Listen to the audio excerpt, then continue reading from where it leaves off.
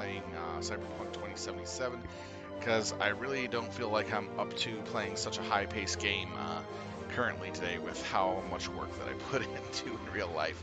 So with that being said, we're going to go ahead and log in. As you can see, the April Fool's joke is we got some cat heads floating around us in the whole thing. That's the April Fool's joke for us Beastlords. Actually, I kind of like it. Almost looks like my cat. So, my cat's running around like a maniac, chasing things and playing with balls. So I might get interrupted from time to time. But, that being said, what we're going to be doing today is we're going to be looking to do some scouts, and if they're up, and as well as work on some AAs. So we'll be running to and from, trying to see if scouts are up and available and such.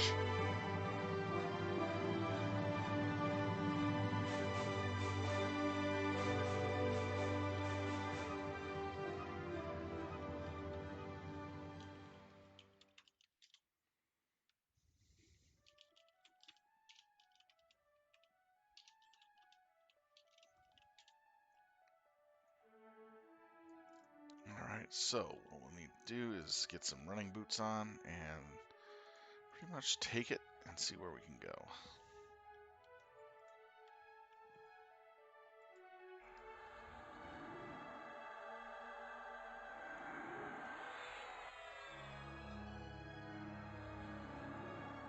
Let's see, I gotta figure out which place we're gonna go first. We're probably gonna head to Emerald Jungle first.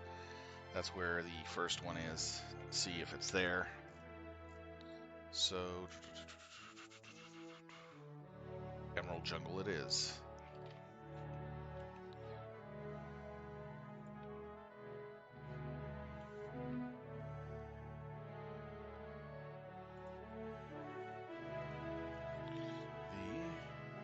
The Emerald Jungle.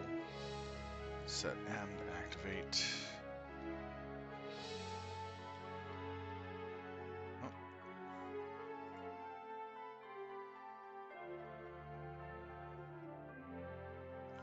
That would be the Crunk Scion.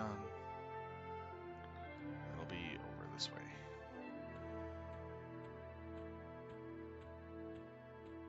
So hopefully we don't have to wait too long for the Scion to teleport us.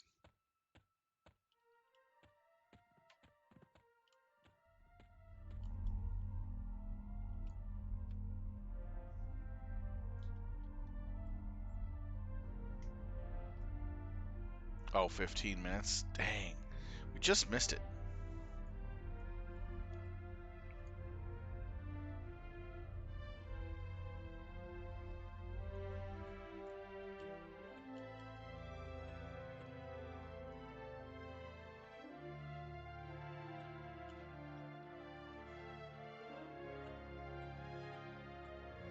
Get a druid port real quick.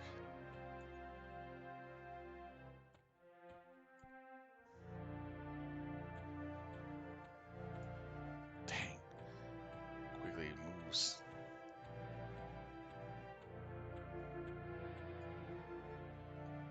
Alright, let's see here. Let's see names. Otherwise I won't be able to see who it is.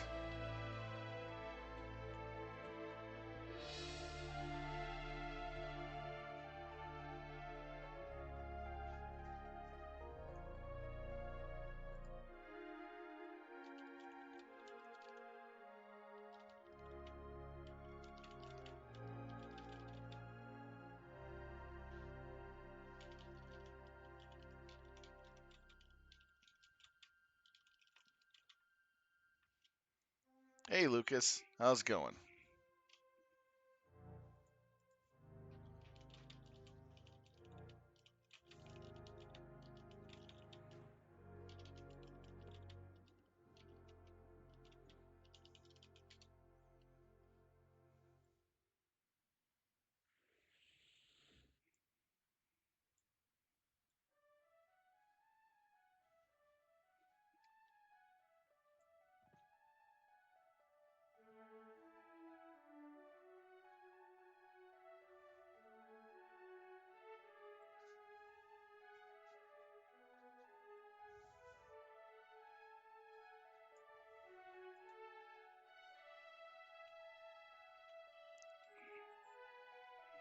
Right now, Lucas is on. That's pretty cool.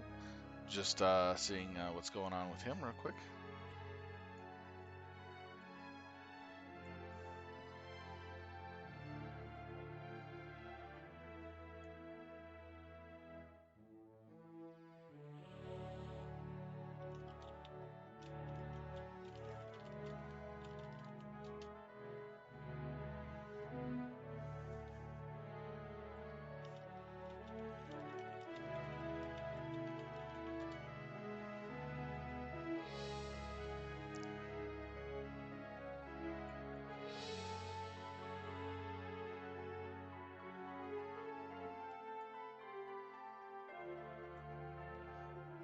Okay, where is they? They're in the center. All right.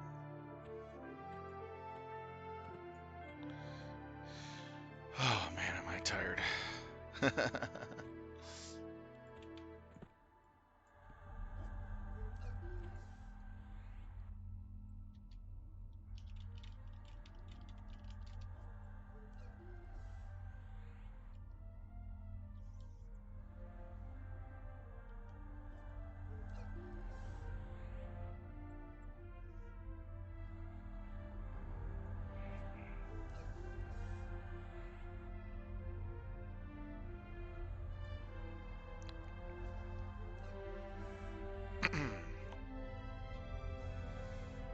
I'm hoping that the Emerald Jungle one is up. That'd be really nice. Make it a lot easier for us.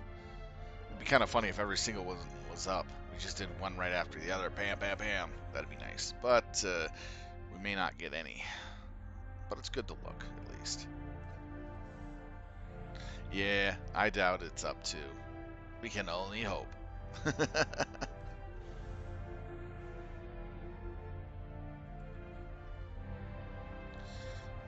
I've had a really, really long day, so I'm really tired.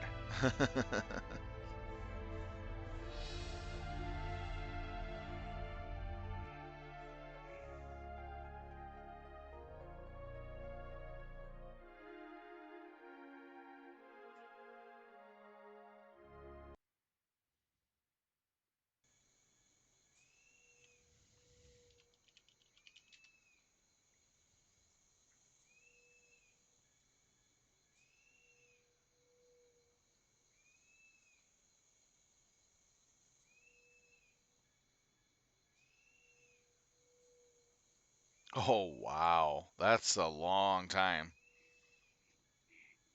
Must be some pretty good music, too, to listen to that for that long. I don't listen to music much. Can't really put it on my stream when I'm playing a game because they usually silence me pretty quick.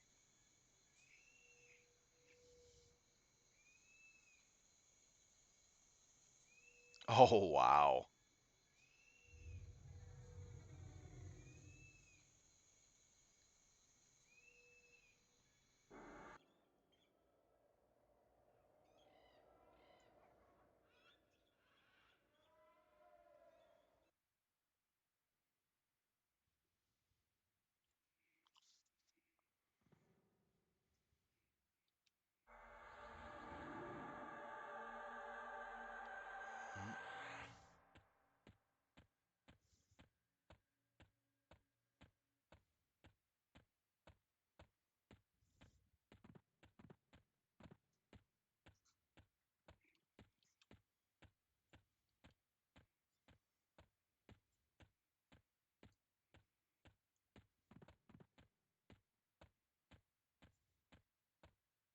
Doesn't look like he's up.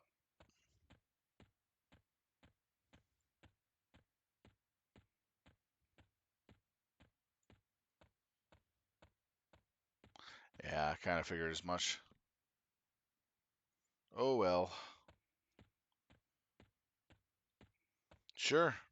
I'm on my way back to you.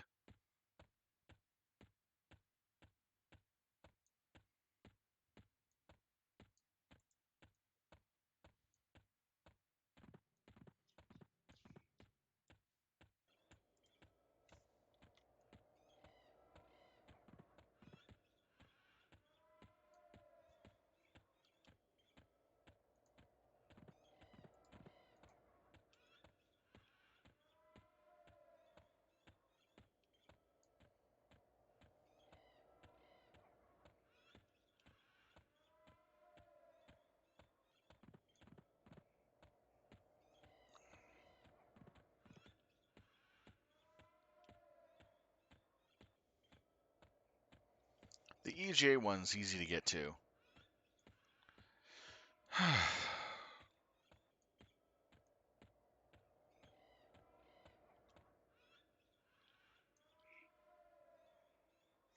So right now what we're doing is we're looking for the scouts for my Beastlord Epic. Uh, Lucas has already done his first 6 here, and he has everything else for the next step to finish up. He's just helping me out by giving me the ports I need to get from place to place.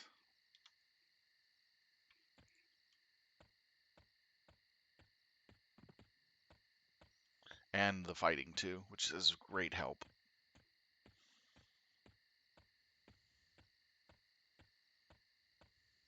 Where'd he go? Oh, there you are.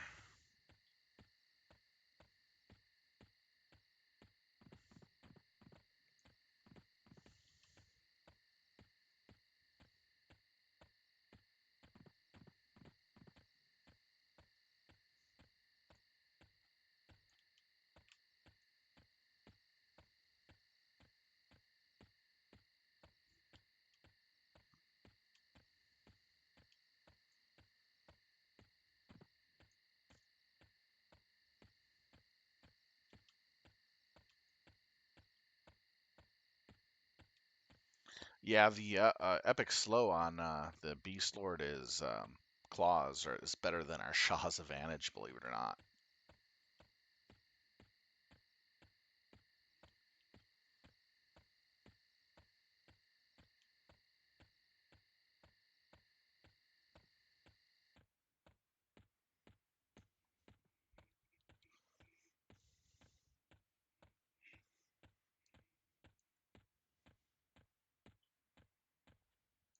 Your cat's lying dead on the ground.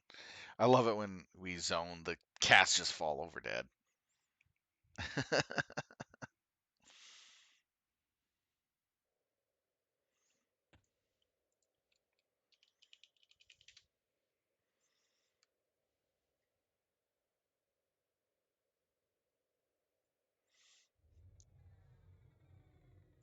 So why is my cat bigger than your cat?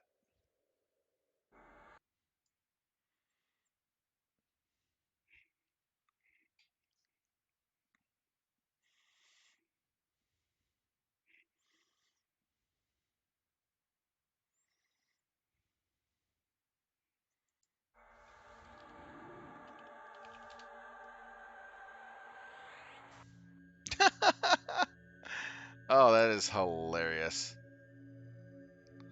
Probably put it under the illusion. I think it increases its size when it comes out of the illusion.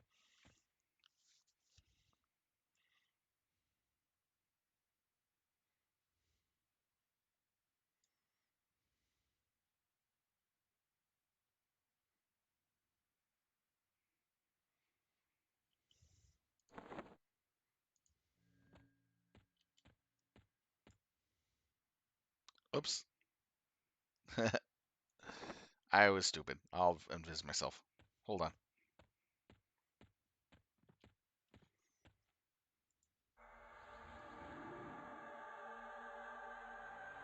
Okay.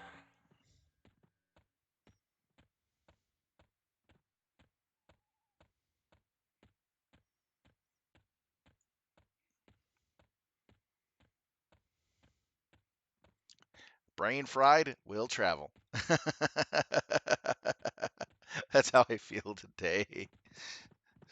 Uh,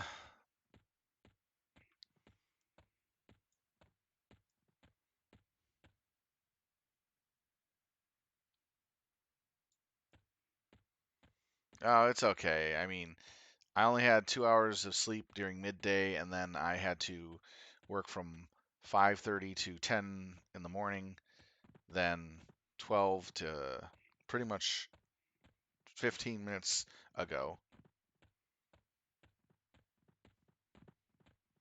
with like an hour and a half in between the two schools. So I couldn't really go home or do anything. Just had to wait on site until the next school started. At least I got paid for it, so can't complain. I have the entire day off tomorrow. Oh, I'm in uninvised again. Give me a sec. Yeah, so we can get up early if you want and look around for the scouts.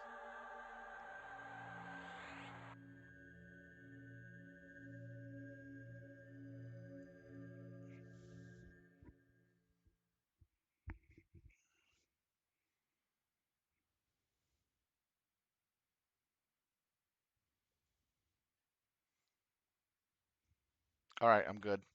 I'm going to take a more active role in trying to get these scouts done. Yeah,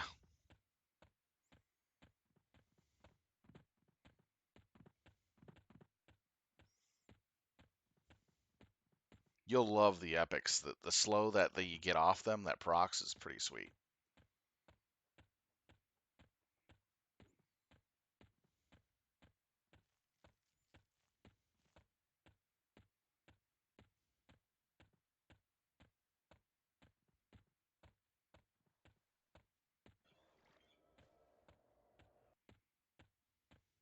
Mm-hmm.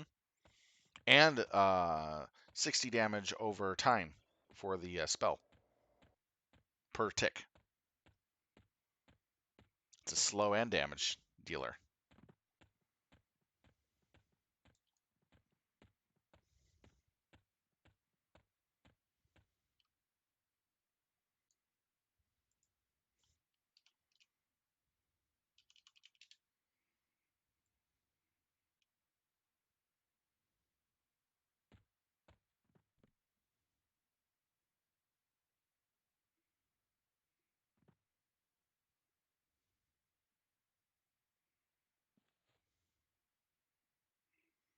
Doesn't look like the scout's supposed to be here. Doesn't look like he is.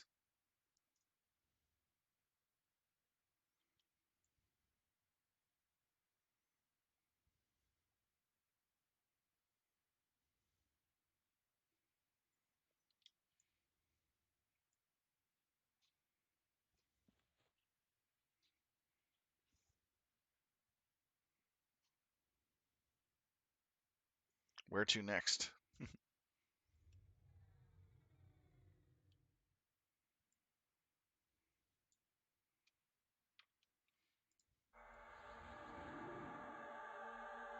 Ooh, free rot. Fun run.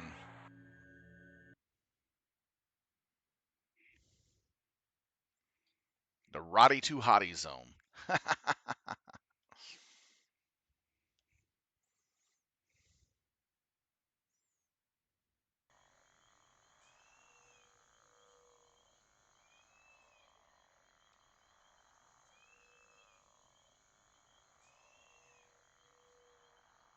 Ooh, nice.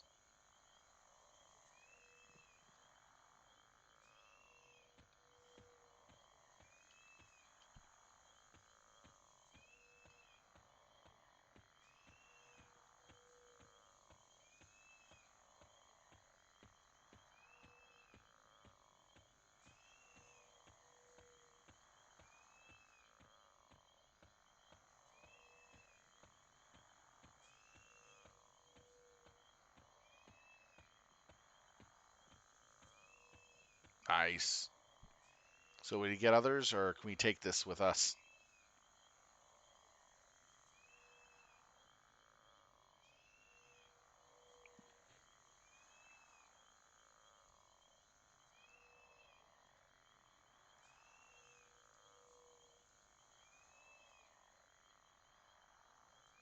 Okay, yeah, I was just buffing Pet real quick.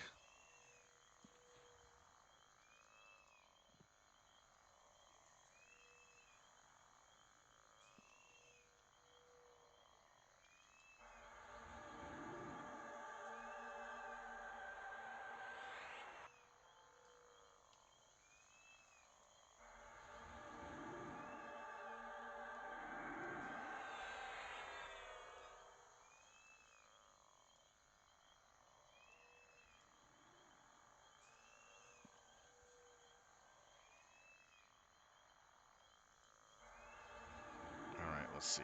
On my haste, it should be good for another 22 minutes. All right. Let me know when you're ready, and then I'll give them the token.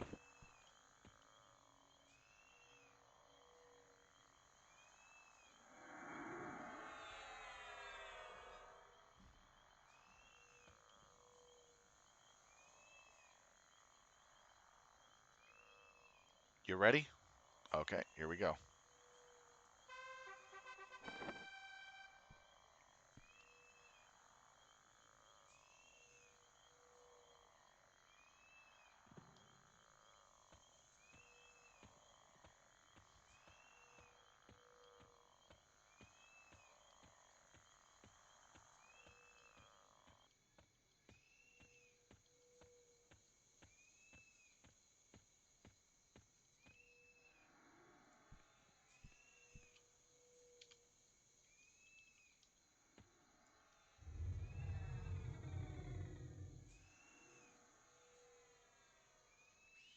Immune to attack speed slow.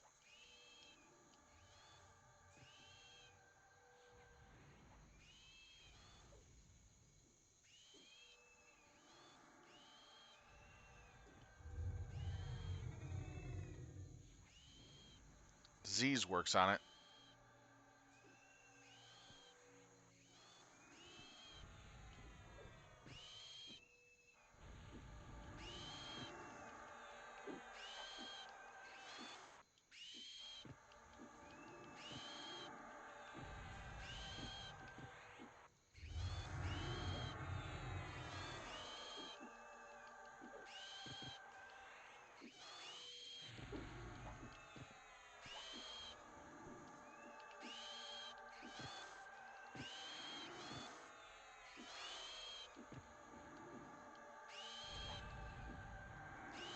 It's nice that we got the free rot one out of the way.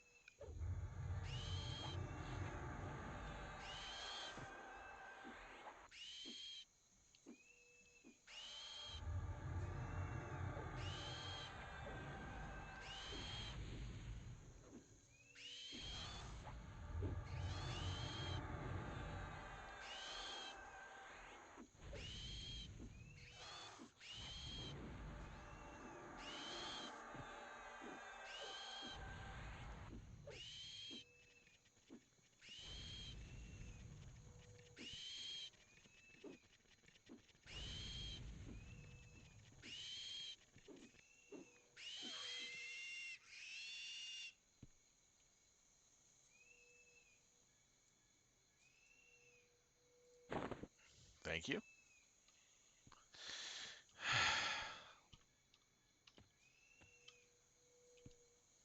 Back to the scout. Yep.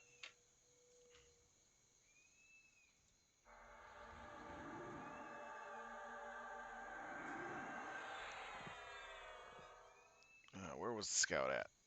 You know where.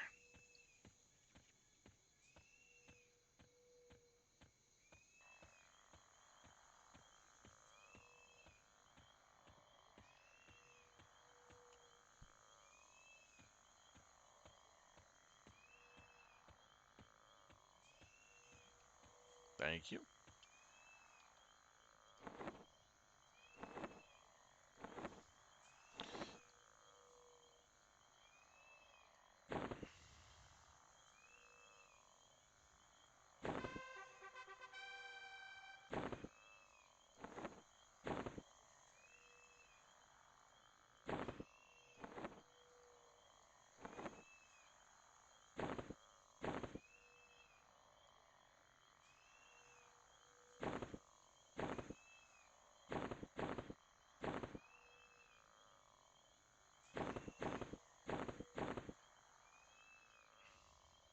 Oh, wow. Seriously?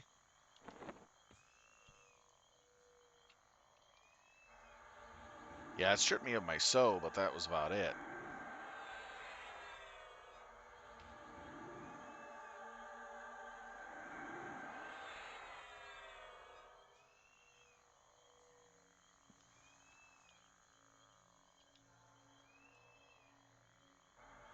Do you need me to cast any buffs on you? Spiritual purity. Okay.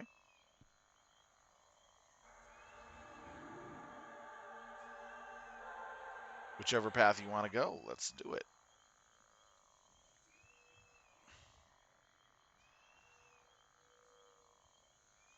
You got 1 of 6. That's nice.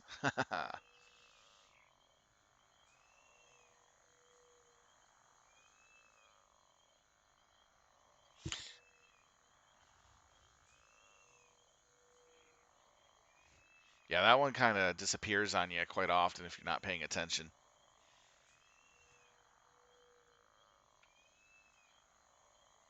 Yeah, these spirits are much easier to do now with us being 60.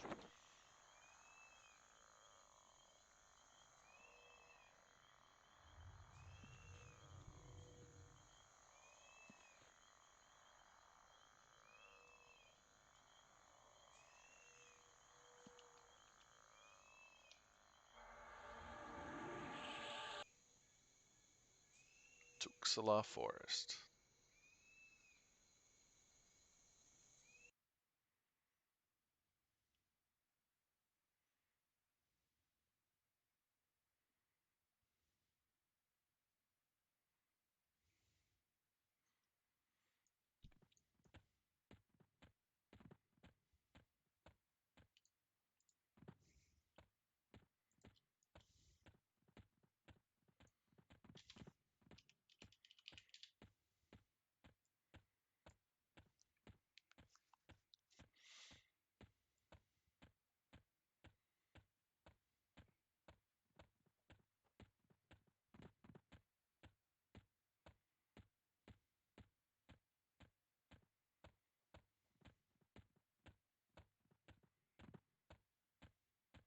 So we got 1 of 6 totems for the next part of the quest line for me. Uh, Emerald Jungle was not available, so that's 2 down that we checked. Now we're on our way to the 3rd.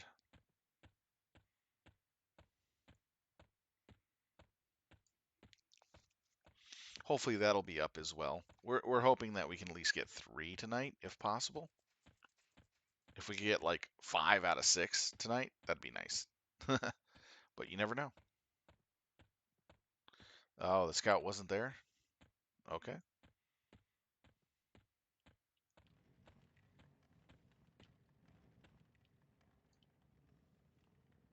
So that makes 3 spots.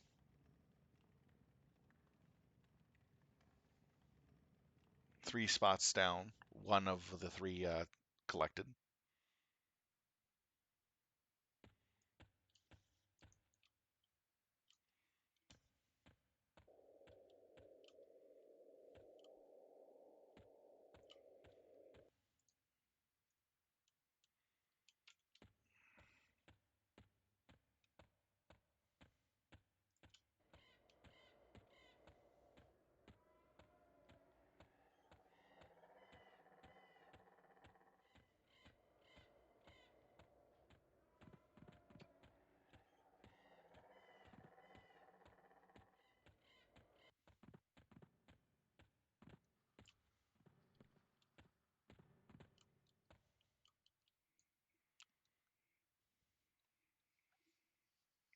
Ah, the Warrens, how fun. I'm surprised there wasn't a quicker teleport to where we wanted to go. I mean, path other than this. So which way do we go again?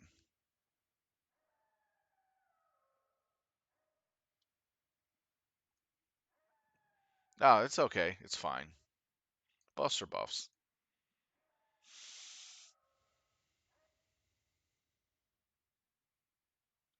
That's fine.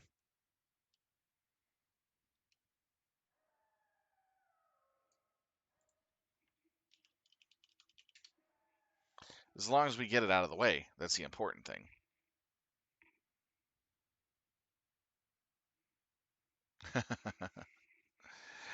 When we do MBG Paragon in the middle of Nexus, we get buffs, usually.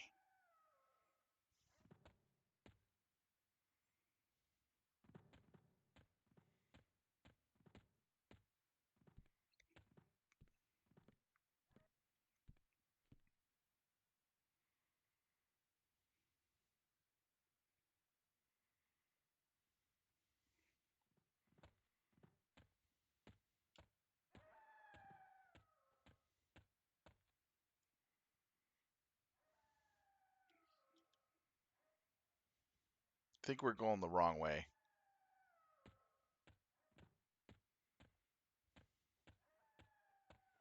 Yeah, we got to go up this way.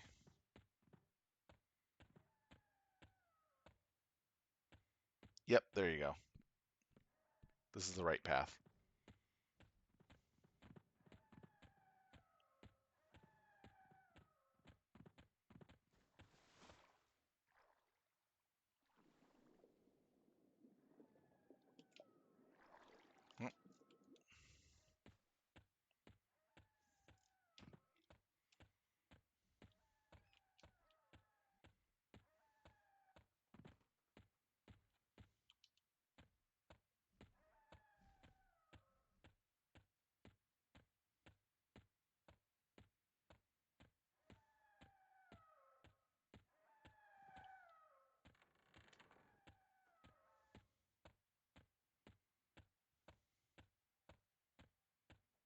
I'm just navigating by the map itself, not even looking at the terrain. Door, door, door.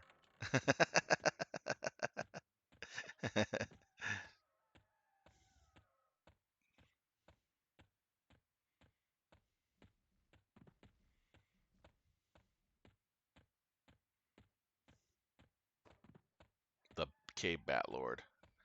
That's hilarious. Oh, we gotta go down.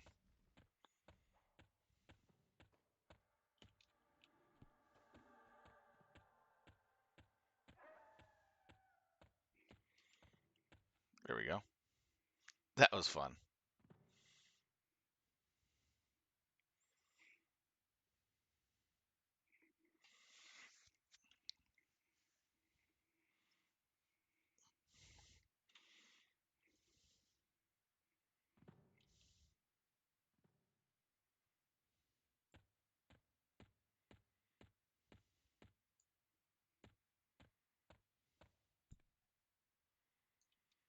Believe we can successor right across. Yeah, successor across the map from here. I was like, wait a minute, we should successor. And I came right back before you could cast it. I'm not getting left behind again, man. No, hey, Jose. uh,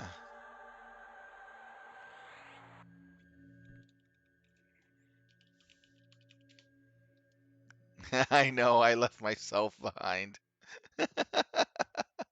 I ran away from the teleport.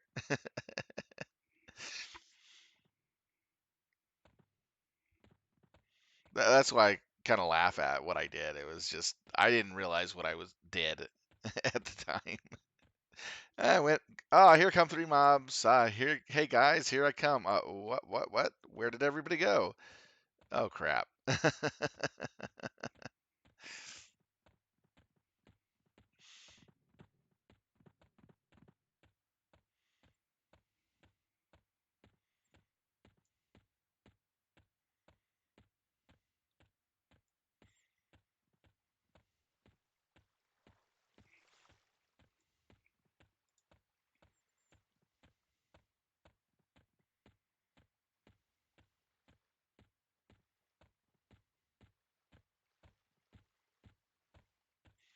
I think the Kiki Tiger looks better than our warders.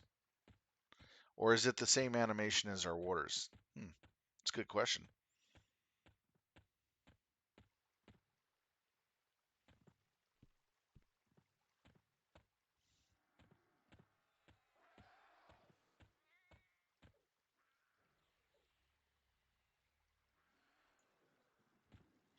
Kiki Allrat actually looks like a really good animation for a character model. That looks like a good character model, though. The Kiki Allrat. That would be interesting if they allowed us to play as that monster class.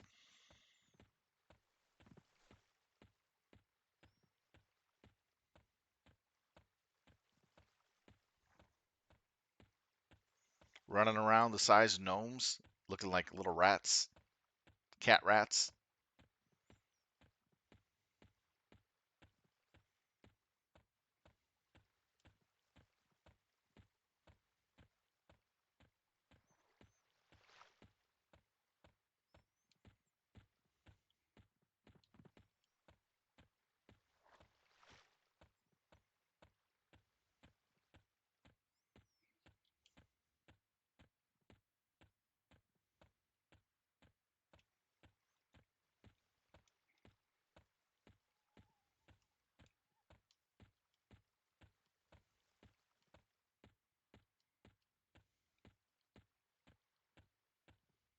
Yep, is he here? No, that was the rat thing.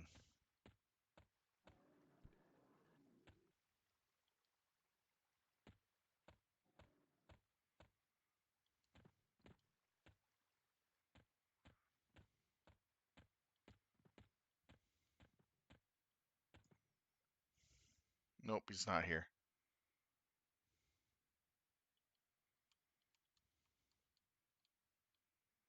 It's rats.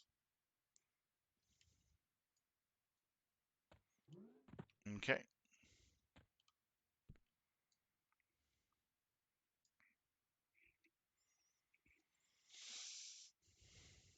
I was wondering, should I make an Ishkar character and have it run over to Emerald Jungle and camp that spot? Oh my gosh! Now that is amazing. She just popped up. Dang. Talk about luck. Are we ready to do this one?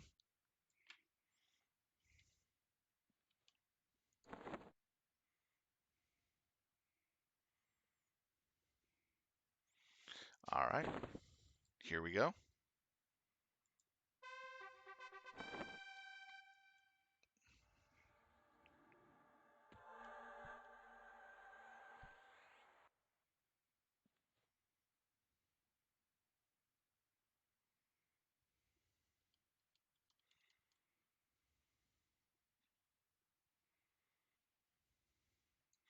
Okay, I'll get levitate on me.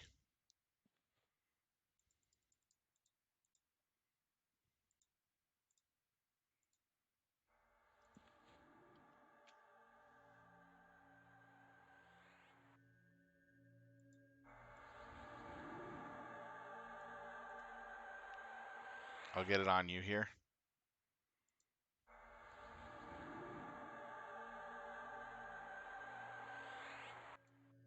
Okay, gave you levitate.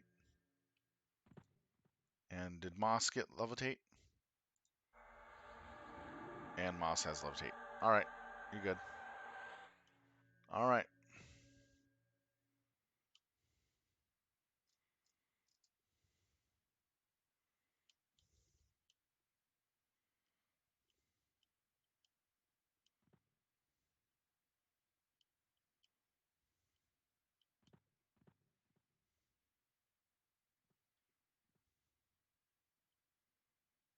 Are we supposed to get up to the top of this?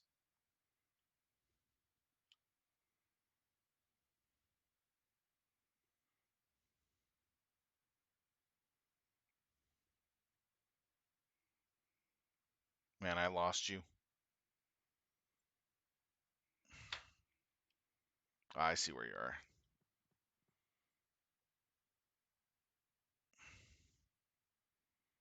Here we go.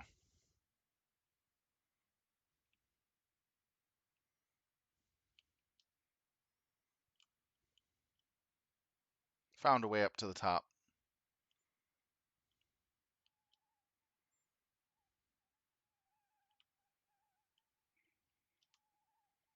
Okay, I see it. Waiting for you.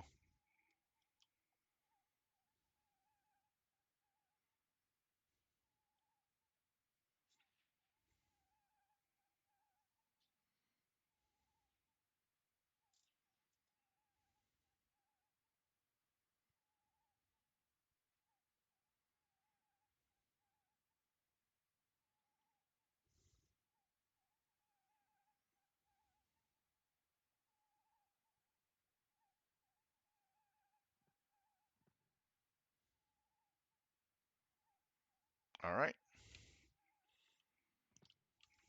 Let's do it.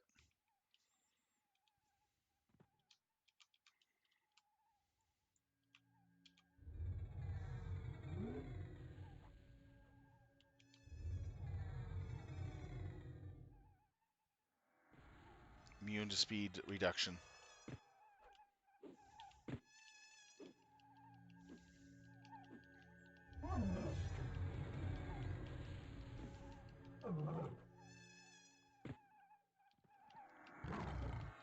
can be dotted.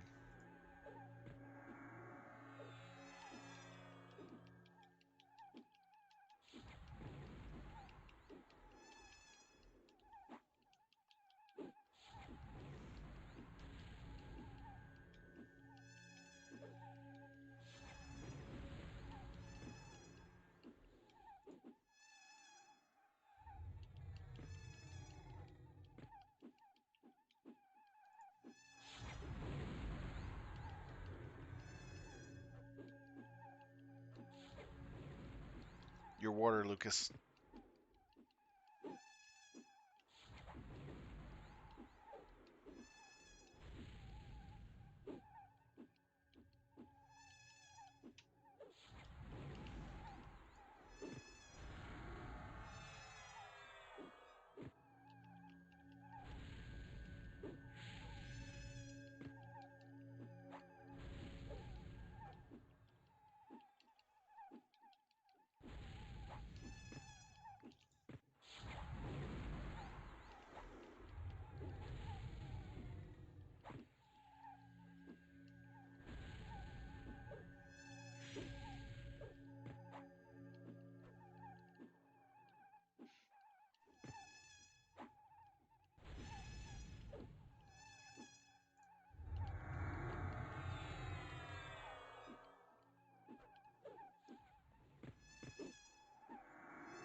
He can't debuff Spiritual Frenzy.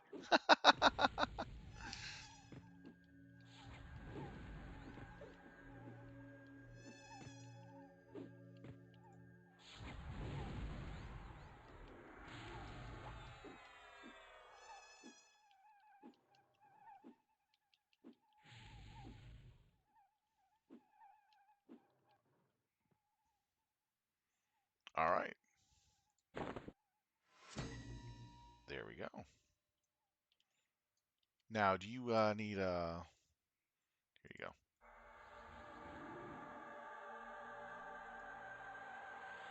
You got your levitate. I got my levitate. All right. Now, time to run down to the guy below.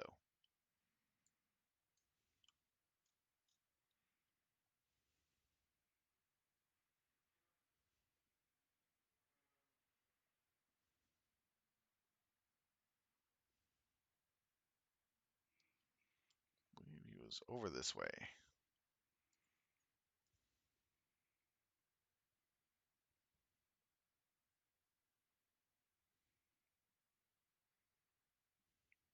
There he is.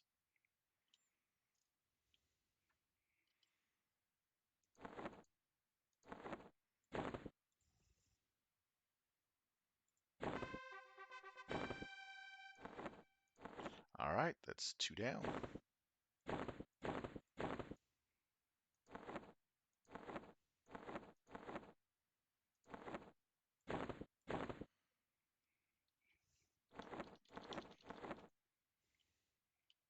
All right. Where to next? Go to Nexus and get some buffs.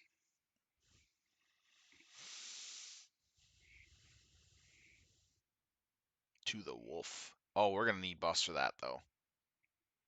We're going to have to hit Nexus for buffs. I got stripped pretty hard. All I have is a health buff and a hit, an attack buff, levitate, and a regen. No key, nothing.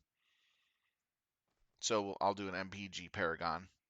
I mean, Kitty Crack, and hopefully we'll get some others in.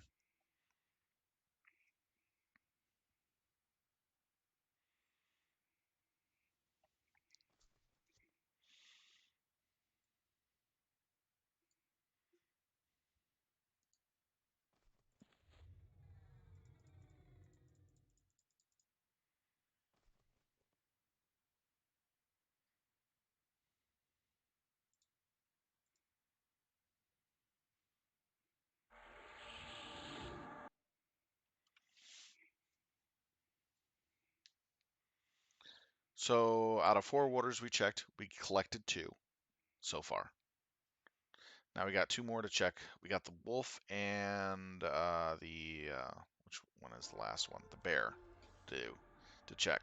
We're heading over to Nexus to do MBG MBG stuff to get MBG stuff.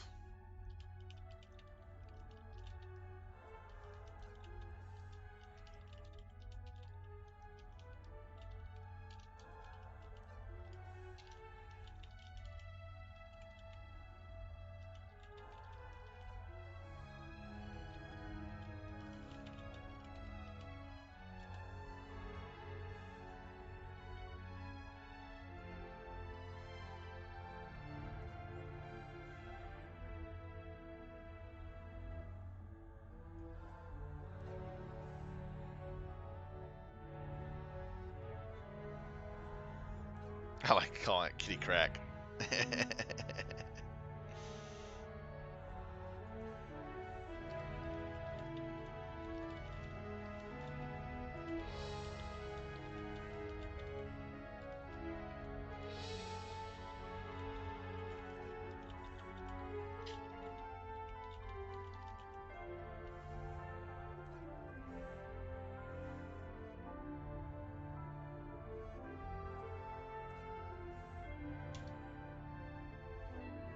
Hopefully we'll get more people adding into it.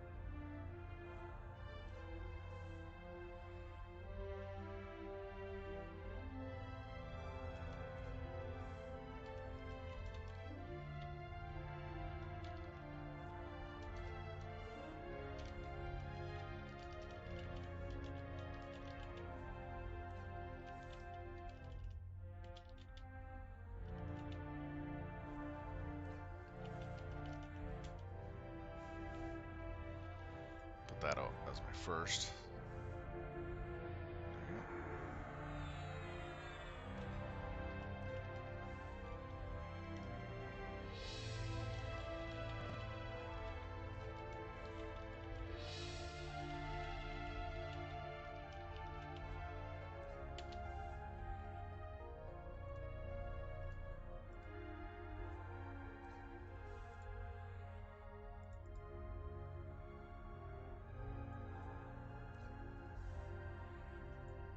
Wow, that was a lot of people hit with that. We got a nice predator buff. Nice. I was hoping for a key. But if not, that's fine.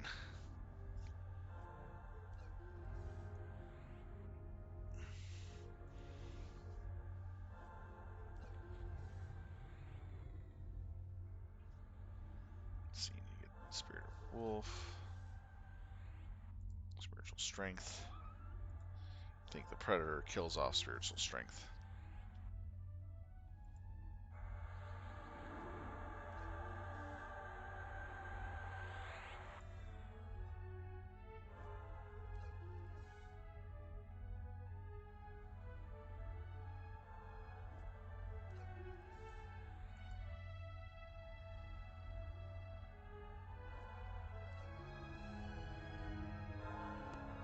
Oh, it stacks.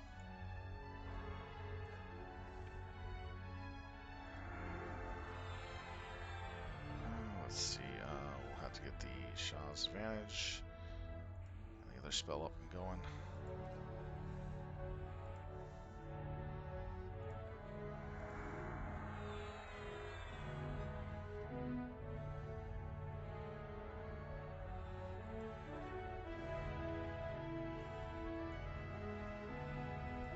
Then make sure we have Talisman up. We should be good.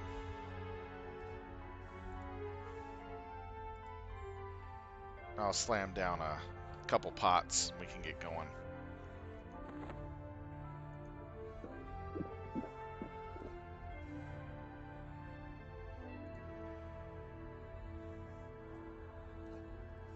Oh, I'll be fine by the time we get there. Because by the time we actually get to the wolf, I should be at full mana. with greater concentration and a pot.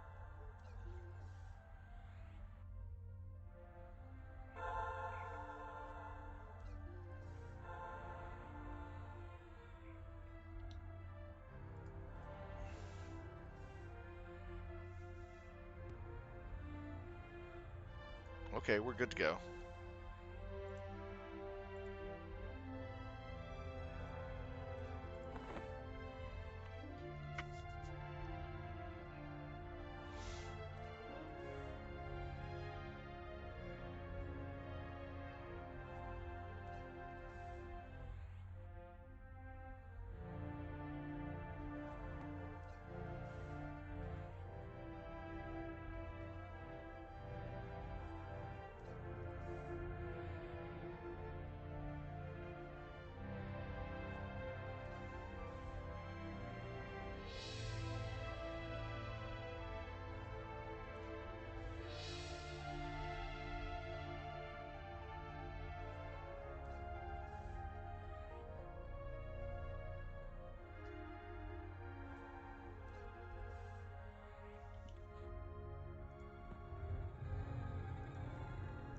Casting Paragon real quick for fast mana boost.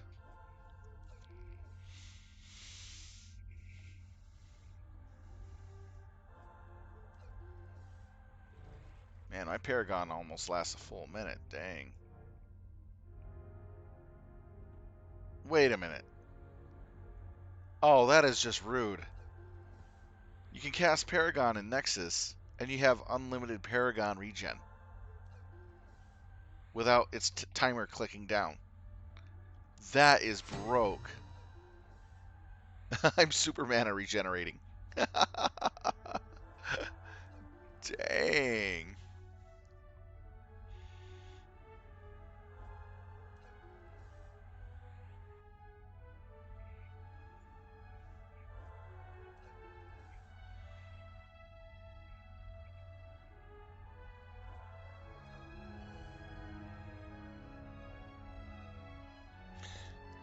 I have 10 on me. Do you need any?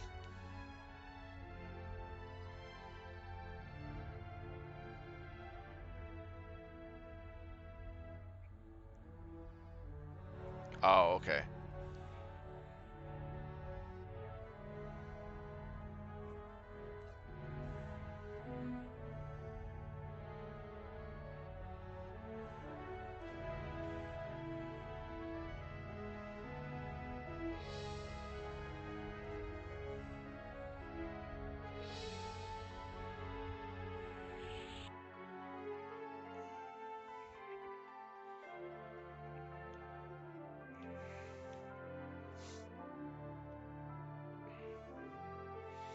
All right, we're off to see the wolf. Beowulf.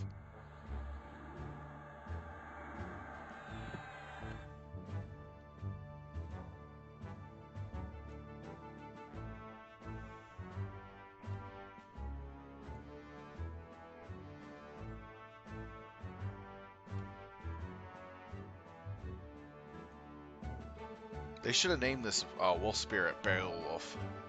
It'd make perfect sense in how annoying it is.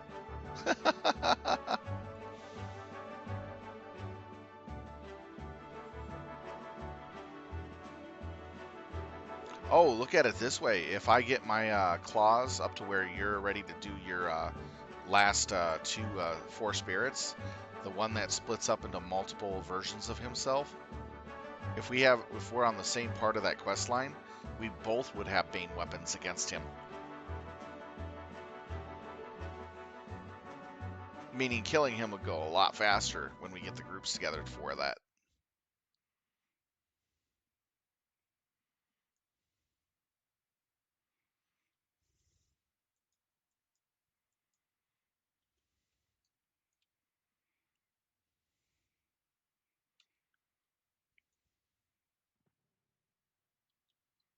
Yeah, you can kill him with magic also, yes.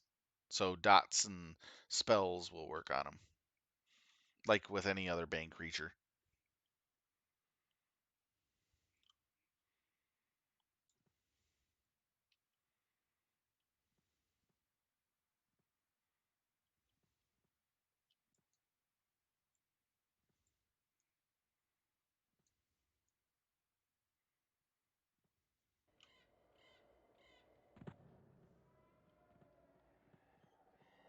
Doesn't look like he's up.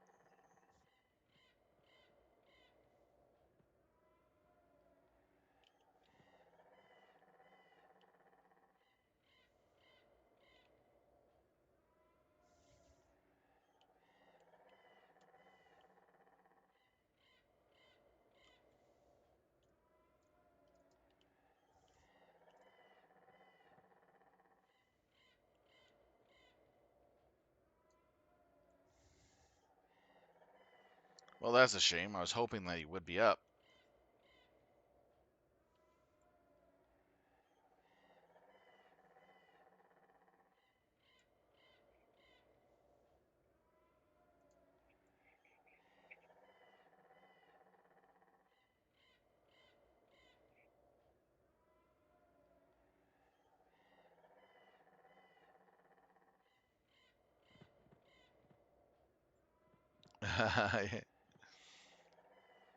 It'd be funny if we went to the bear, he was up, then we came back here, then he's up, then we went to Emerald Jungle, and he was up.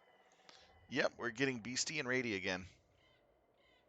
We're doing these scouts. They're an annoying little quest for our epic.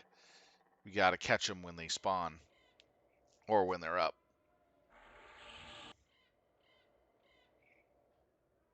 And they have certain timers of how long they stay down. So it's like first come, first serve once they're up and stuff. It's a pain in the butt.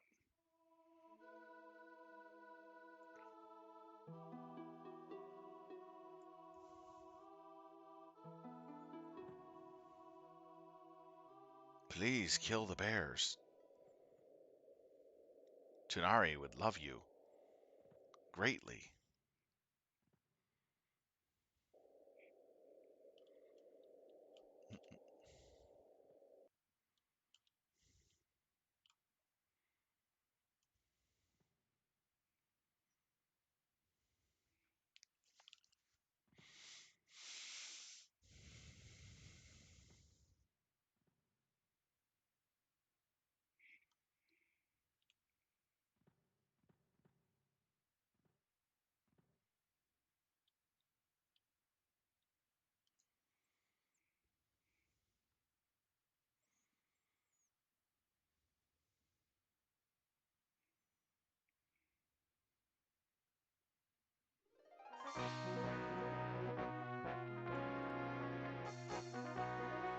Where are we?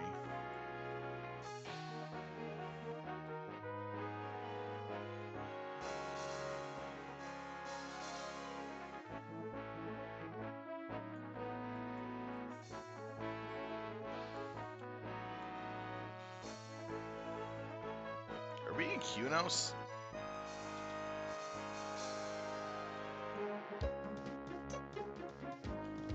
Oh my god. I remember the music from long, long ago.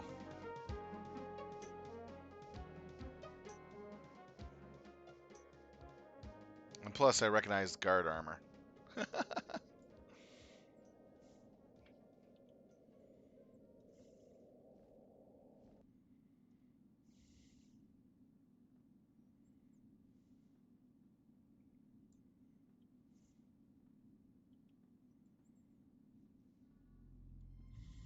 Yeah, a lot of people did.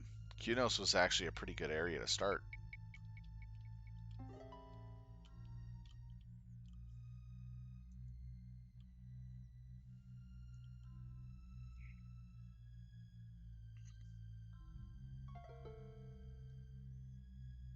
Oh, nice. Congratulations there, McWare.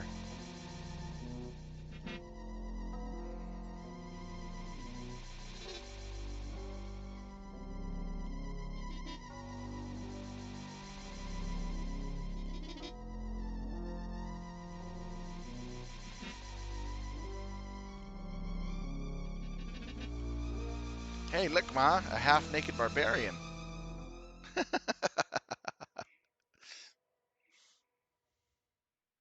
You don't see that every day.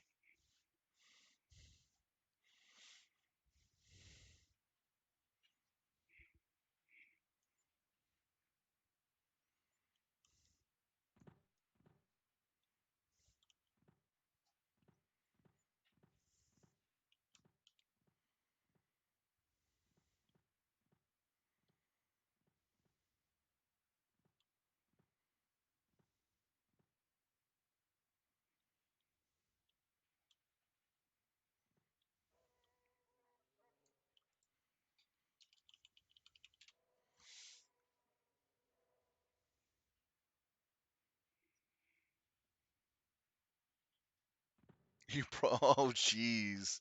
You really loaded up on the squadrons.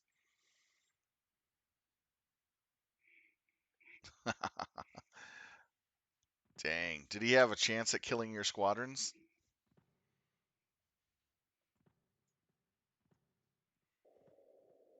Yeah, that I understand fully.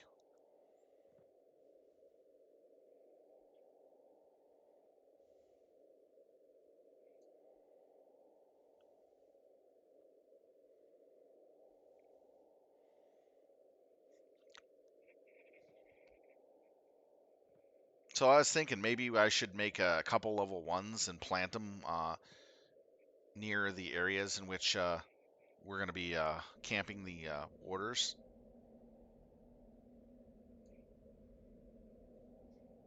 That way we just log in and look for the scout in the right there.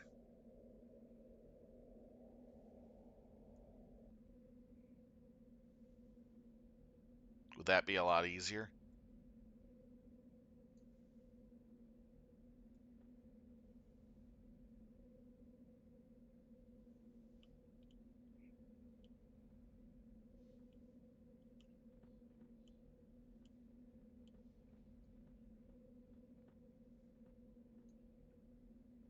Yeah, I could. How many characters can you have on a account? We can get that set up tonight, so this way all I had to do is just log into the character.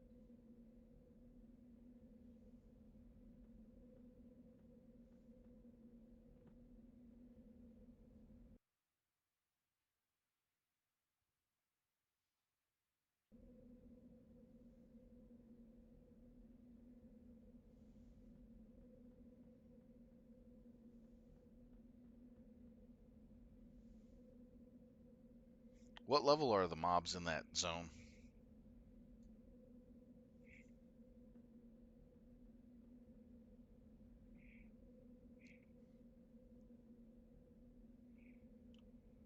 Oh, dang.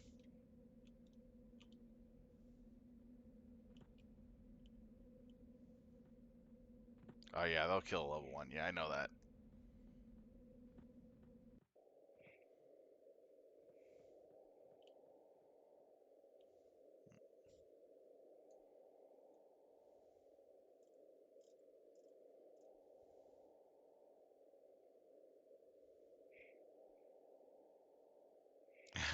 Yeah, the Stukas are a little broken. That much firepower? Yeah. It's hard to get a good army that can actually fight against that.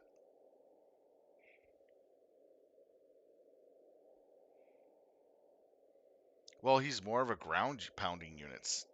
He probably doesn't have enough stuff to fire to take out that many Stukas quickly. I don't blame him.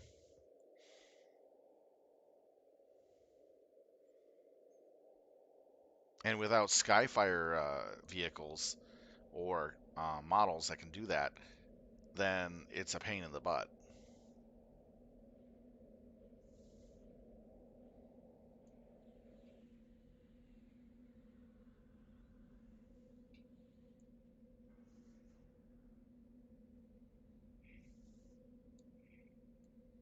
Well, I can make a lot of my models Skyfire if they're suits.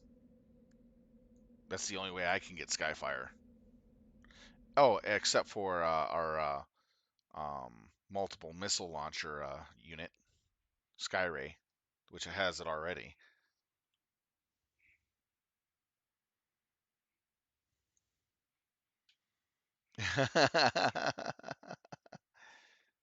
Oh man,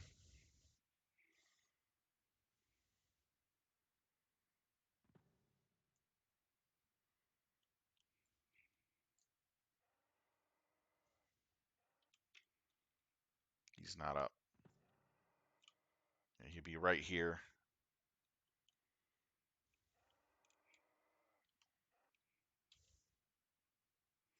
Yeah, because I could just like put the character right here and log it off, and it shouldn't aggro the mobs.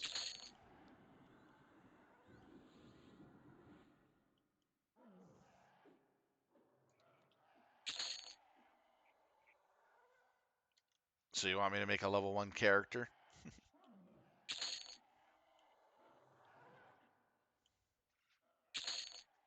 Okay, I'll jump outside the zone though.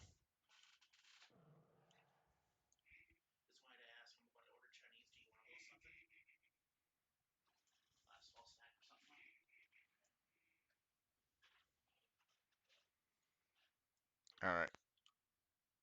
I'm just camped right out the zone line. I'll go and make a level 1 character real quick.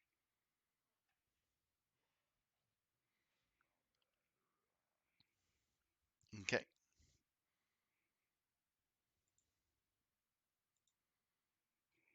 We can I can make a couple if we need to make a. How many do you want me to make?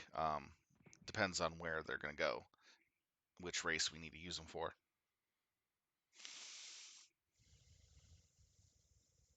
2. Okay. So 1 for here and 1 for where? And what race?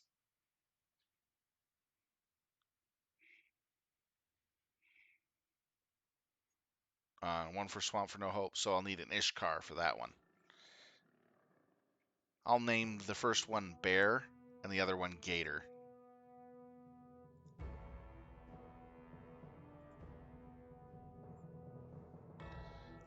Human Barbarian.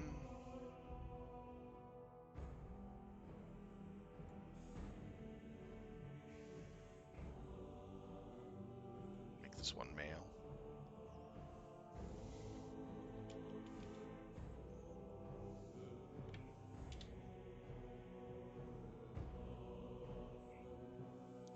Then we'll take where's Shaman Rogue? Let's go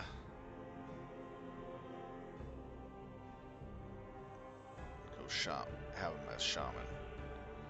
Hollis is the starting place.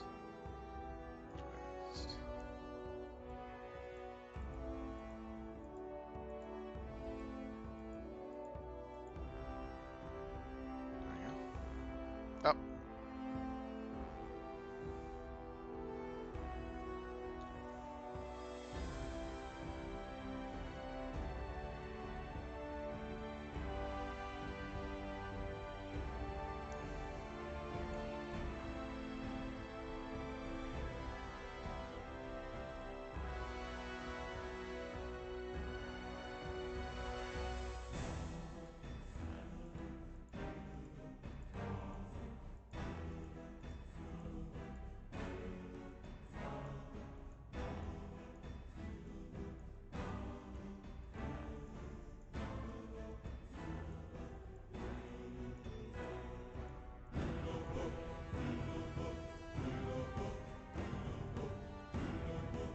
Kind of messing around with the face.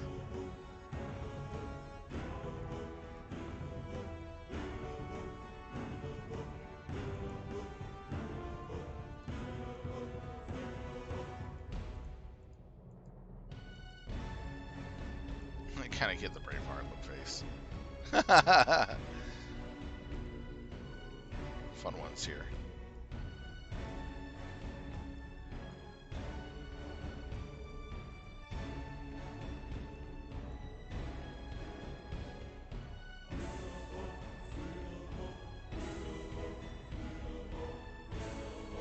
There we go.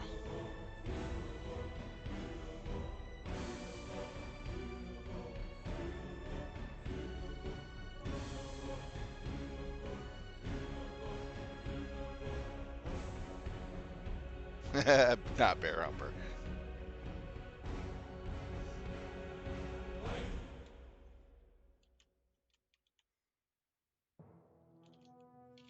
Barry Spears. Barry Spears. There we go. That should do it. I made Barry Spears.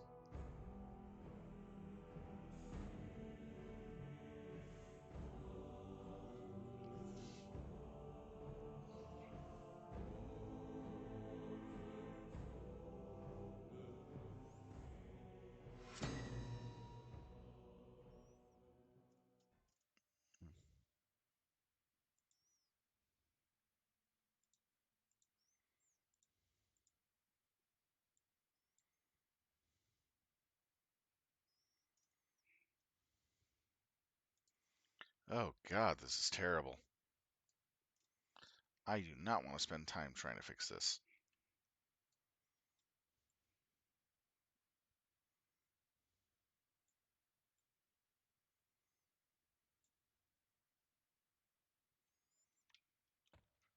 And how do you leave this place?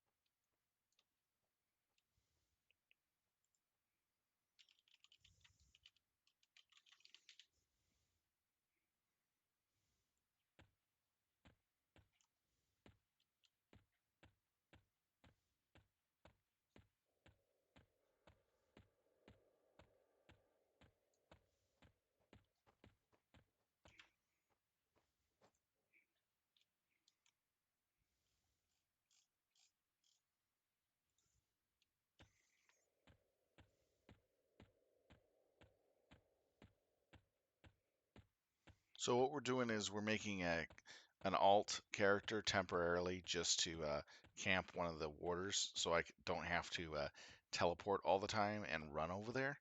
This will make it a lot easier just to look real quick and get the heck on out.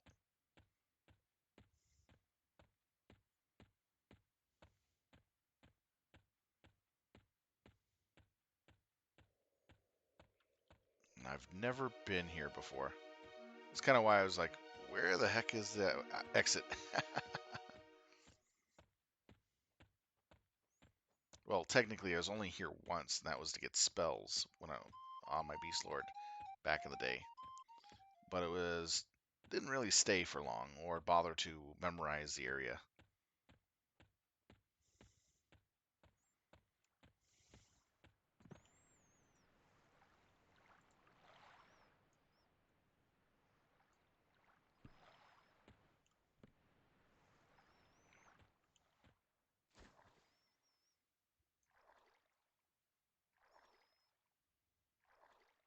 Oh, I'm already at the zone entrance, anyways.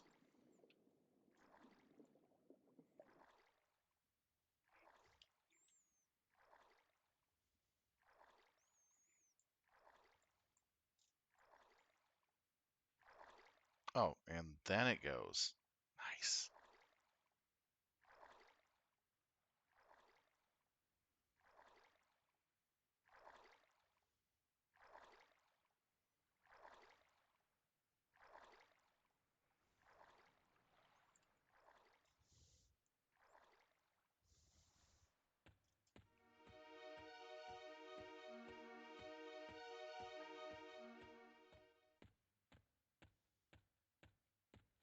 There we go. Got out of there.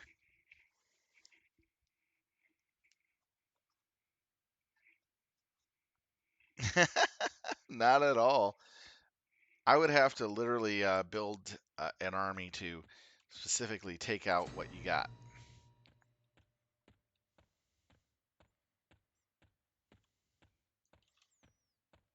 All right, let's see.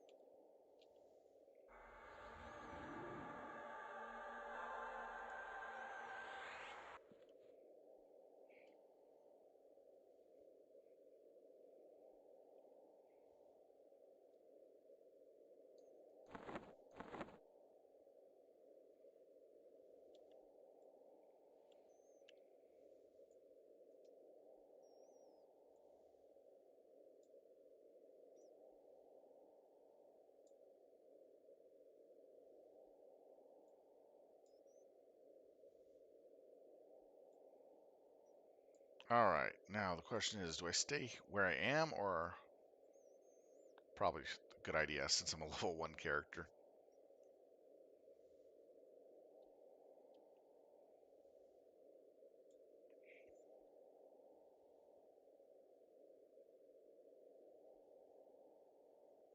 Oh, jeez. That's just evil. And with guards, that makes it so fun. So right now I'm waiting for my friend to come over and pick me up, and then we're going to take this and camp it over in the area where the scout will spawn. And if I can find the menu for that, it'll be good.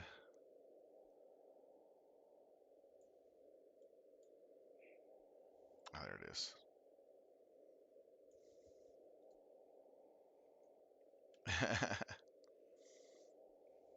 There they are.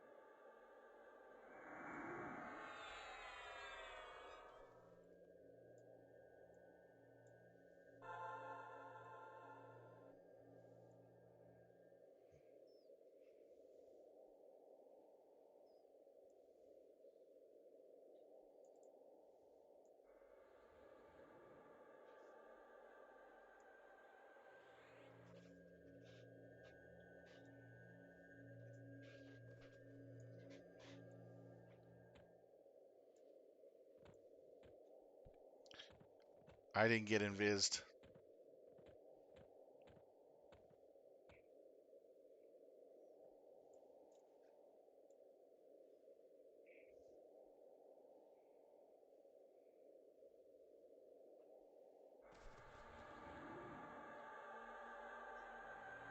There you go.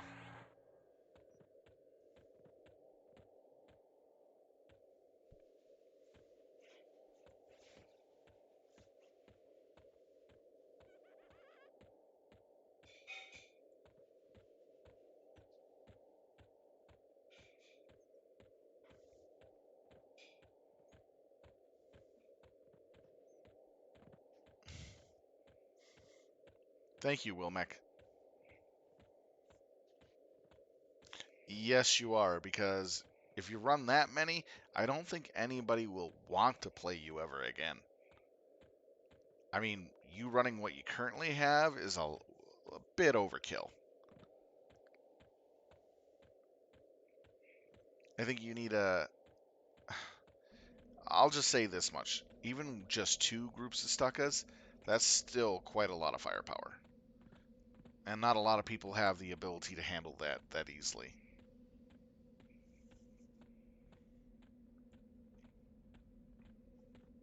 It's the fact of how massive the firepower is.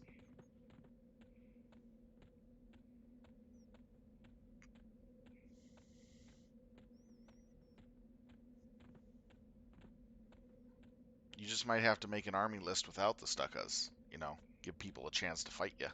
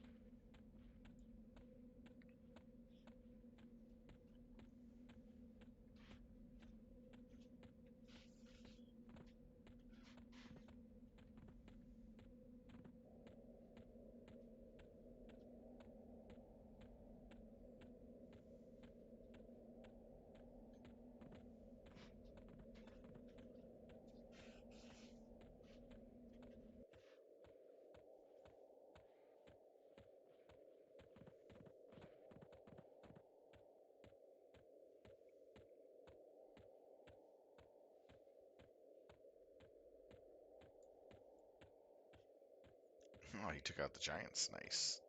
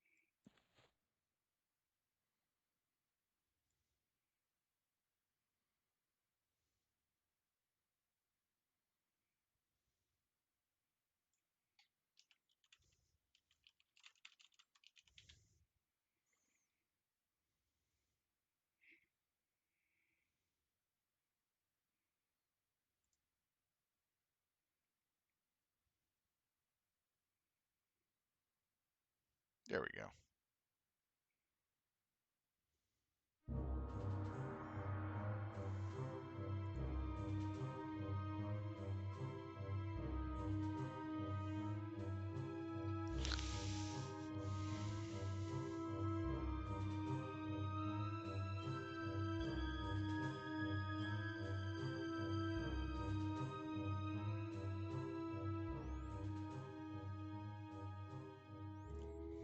All right.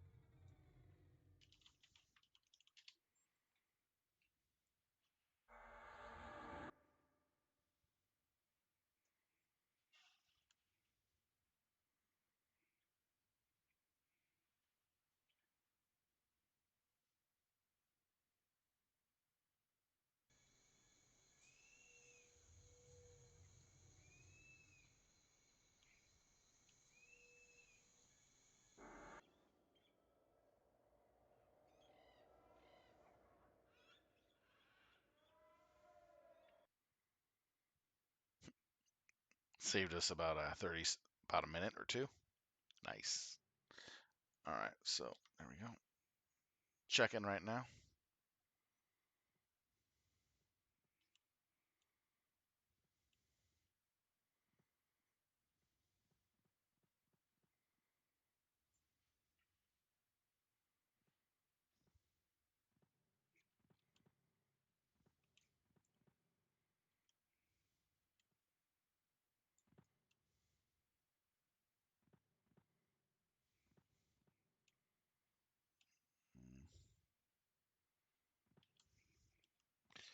don't see him yet.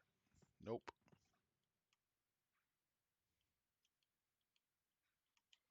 He should be standing right here.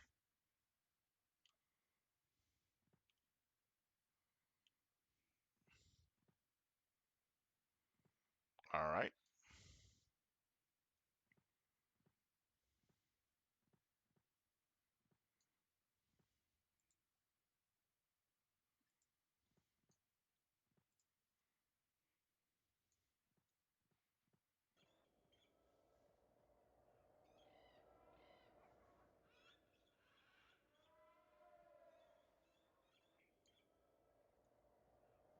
So now once we get into position, I'll make a Ishkar, and then we'll camp him out near where the NPC is for the crocodile. We're putting like stationary watchers there in two positions where it's kind of out of the way and it takes a while to get to. That way we don't have to make the run all the time and check. Makes it a lot easier. After that, I think we'll probably do some experiencing or some other questing. Depends on what Will Mac is up wants to do, and Lucas. Getting two of the idols in one session is actually pretty good.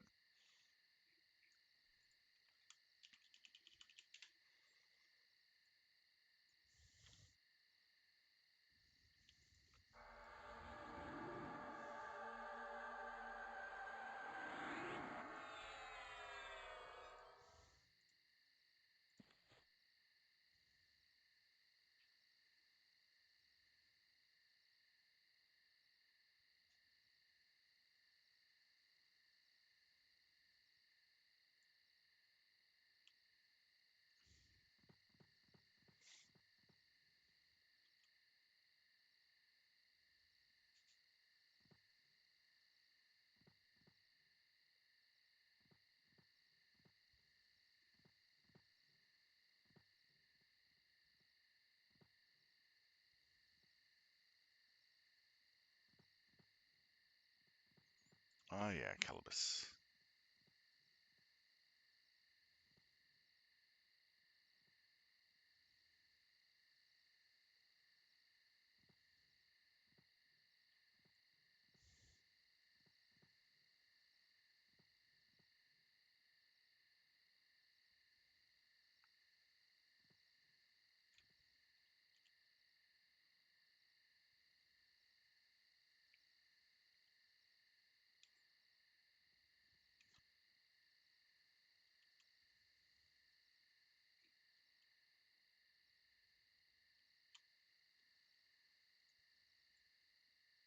Yeah, I'll go ahead and make it.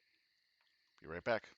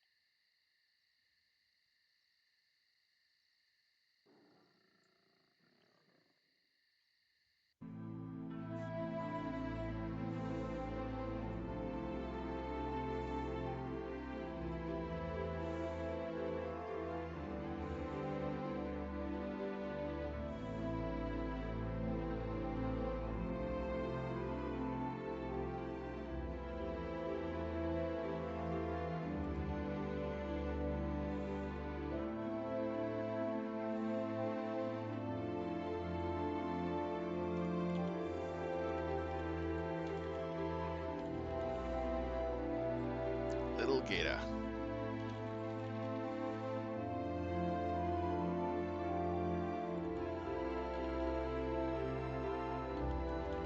El Gator. El Gator. That should work.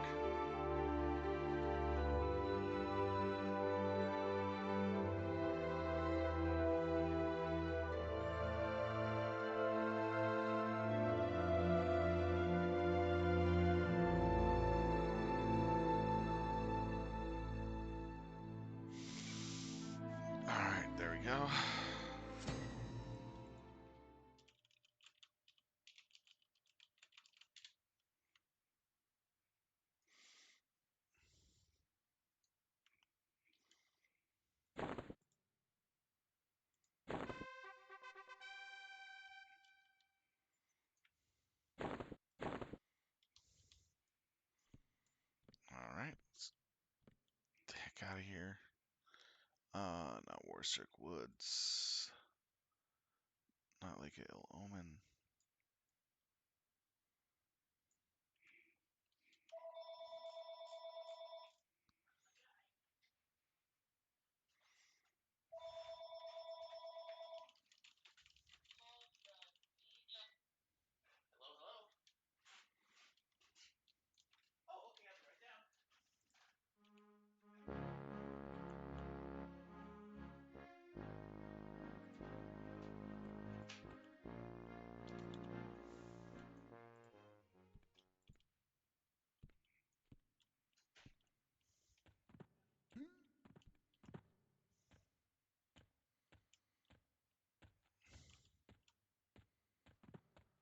First of all, I gotta find something to attack. There we go.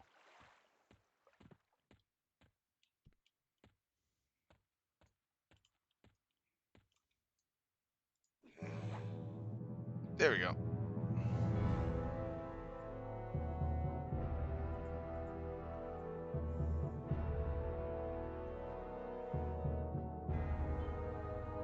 Will do.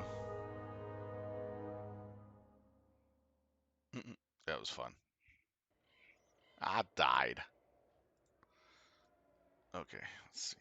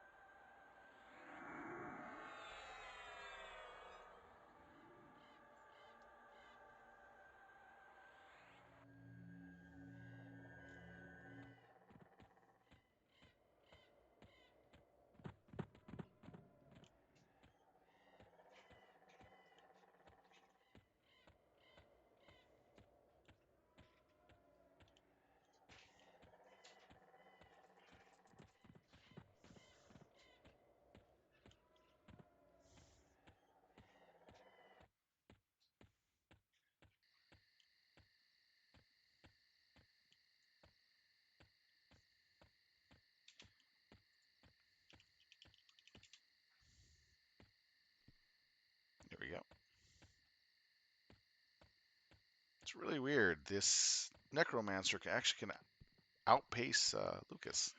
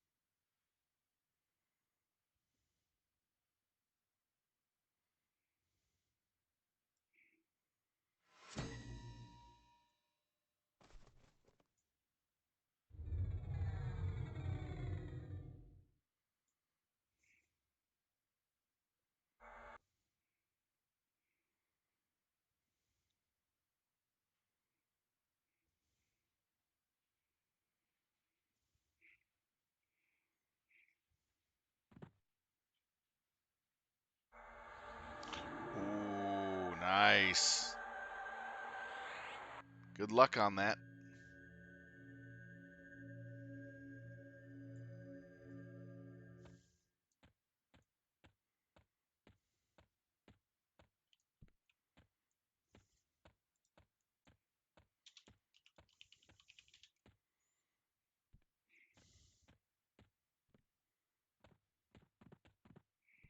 Oh, nice. Good luck, man. I hope you win.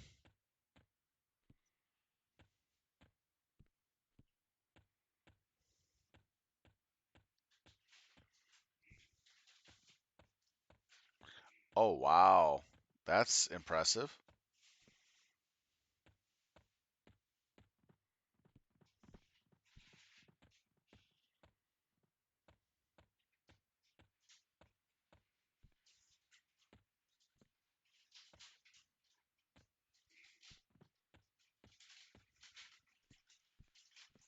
Ooh, nice. Good luck, man. I hope you do beat him.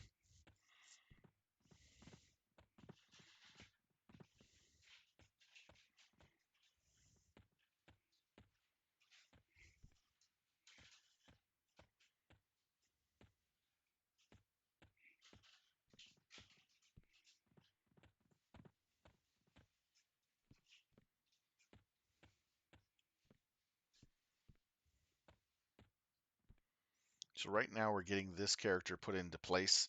The two characters that I made are specifically for just watching the camps. Basically log in, see if the guy's up, and that's pretty much it. And then log right back off.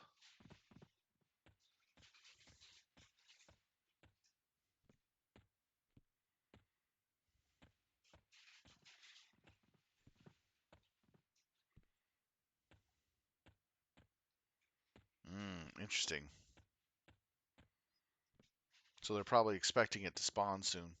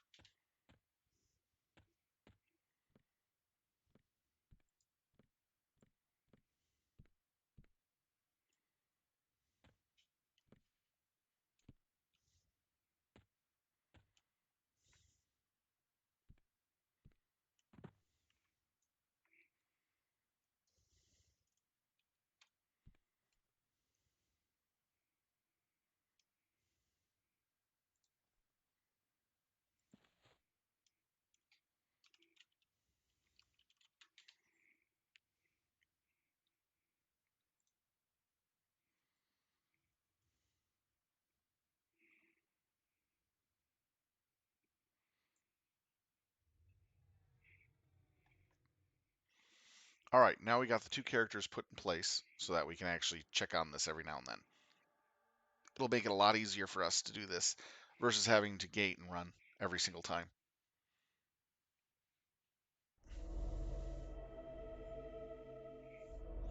All right, so Gator and Barry Spears. Barry Spears is kind of a take on Britney Spears. Get it? uh,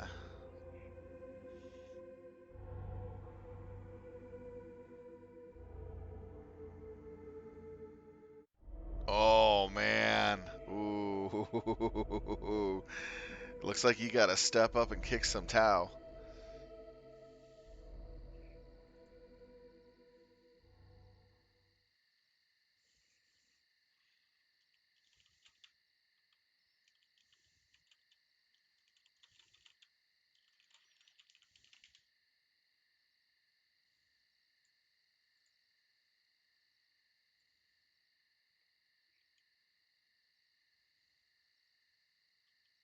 Ah, okay.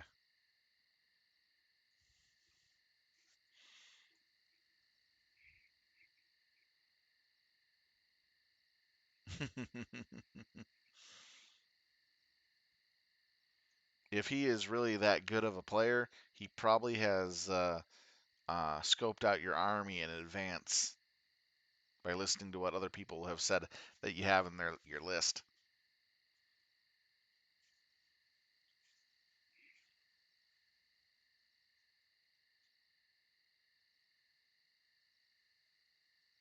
Oh yeah. So am I. I love my battle suits. I'll field as many battle suits as I can get away with because they're that good.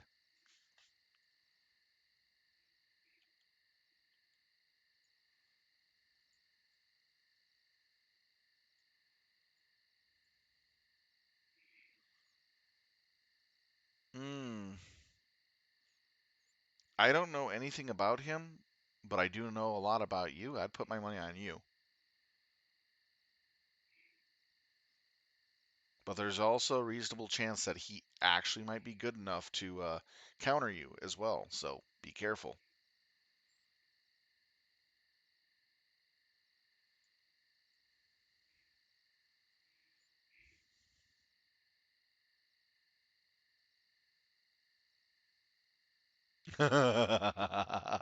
If you win, you take such a huge pot.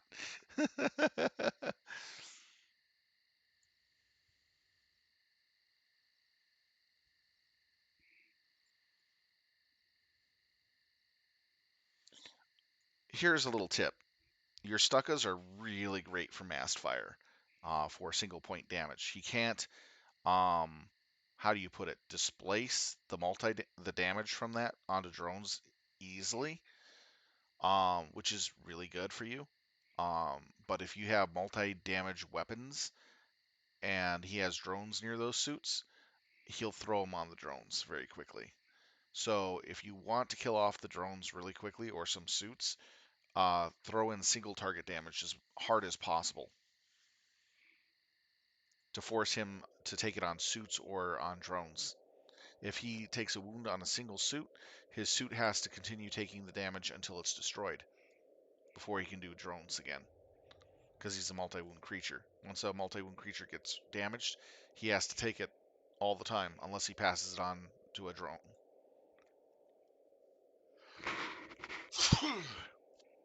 Now, if he's using bodyguard teams, which would be really, really good for him, you would be able to, he'd be able to look out Sir much easier.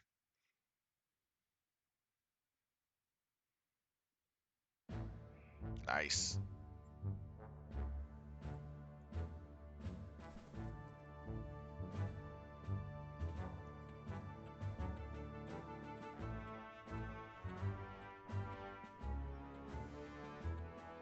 Where are we going now?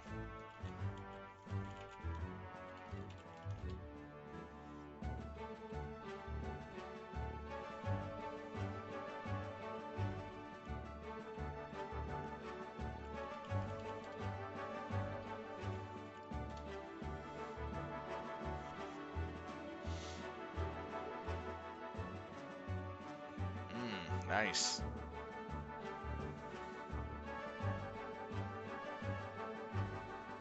And remember, Tau can disengage from close combat and shoot because they have the fly rule for their crisis suits and tanks.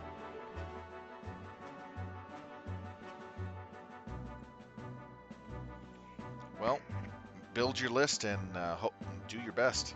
Let's see what happens, man. Wish you luck.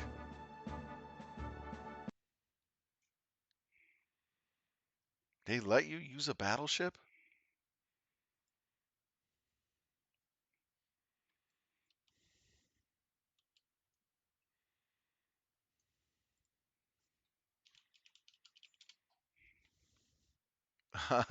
How can they even counter that with ground troops? They had to have one of their own.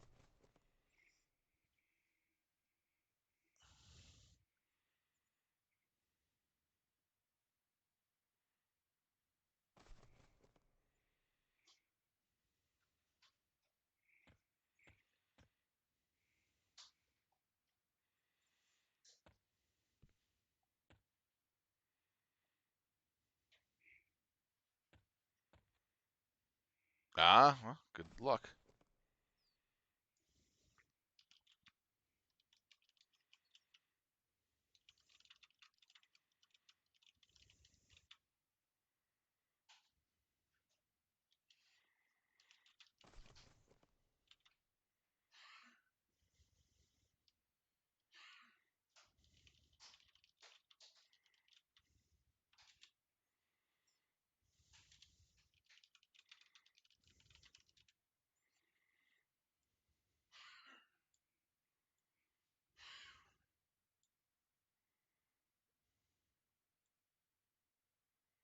Yeah, it looks like he's logging for the night. Um,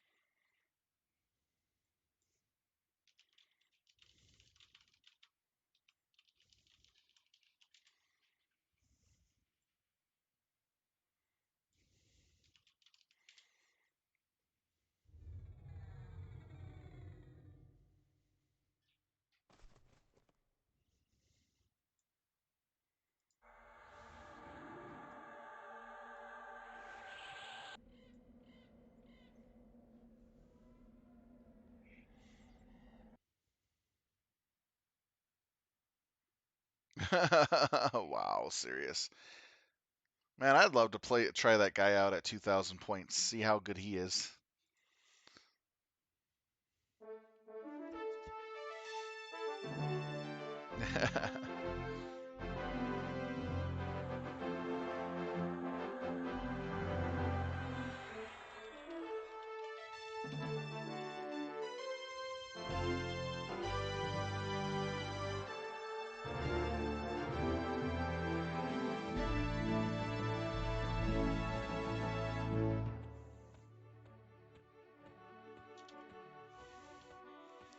All right, so I'll definitely be seeing them tomorrow morning. We're going to be trying to get these scouts done as quickly as possible. And if he finds his stuff up, I'll help him out with that too.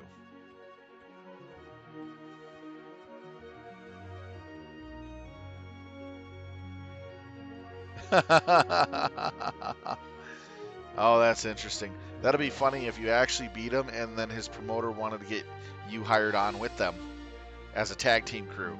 That would be nuts for tournaments.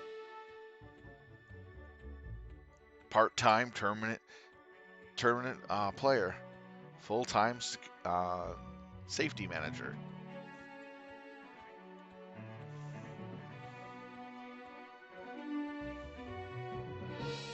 Hey, you never know.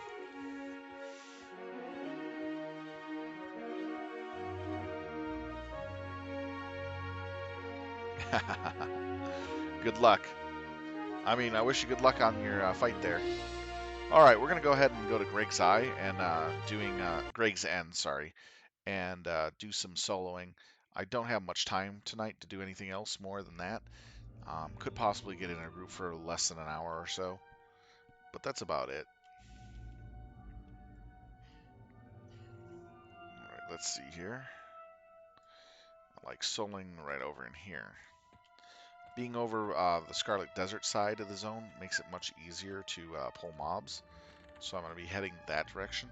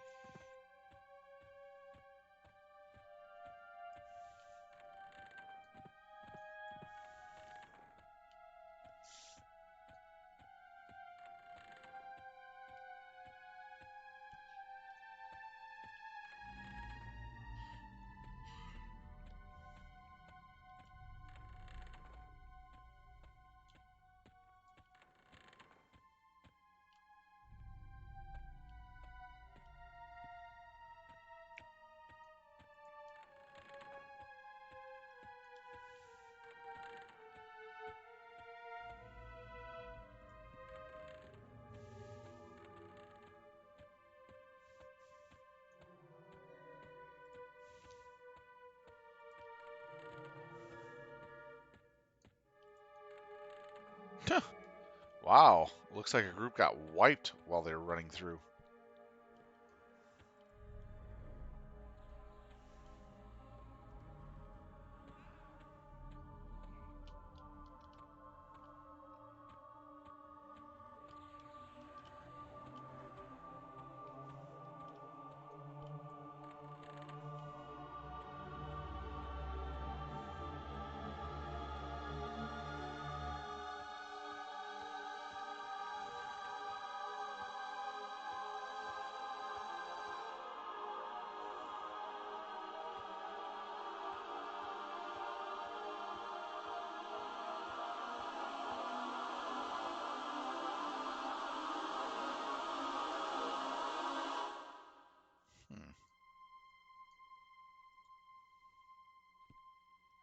Could take this.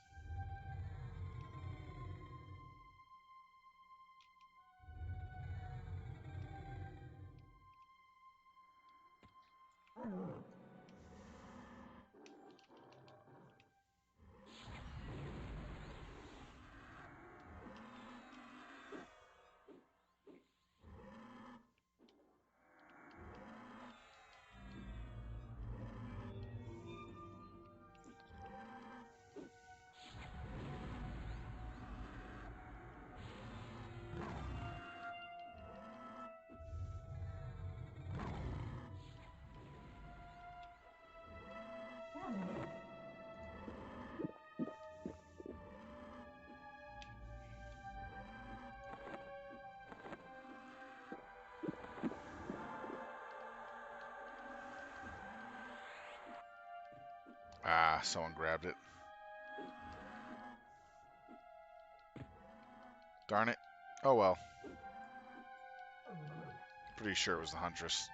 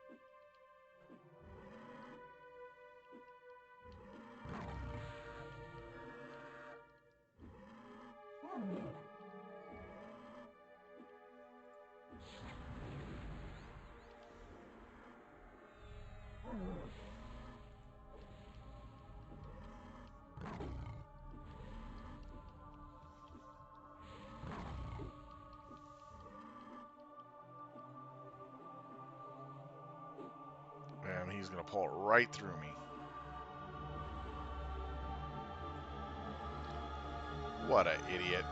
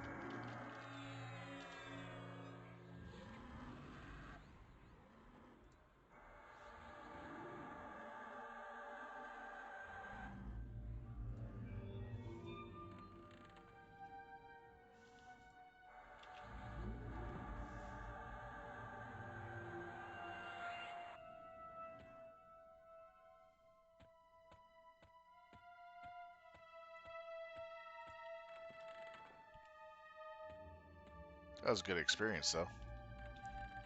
I honestly didn't see the cubby group. That's how tired I am. Otherwise, I wouldn't have tried going after that named.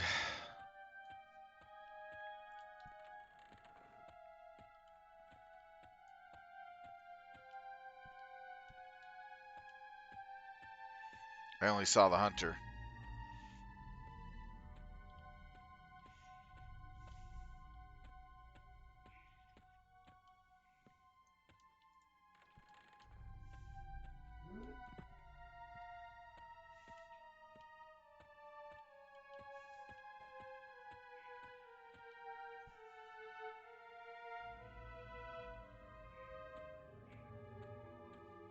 Probably a little both. You made a name of yourself, though. I think he's a glory hunter and takes advantage of people who make a name of themselves in an area to make a little profit off them, too.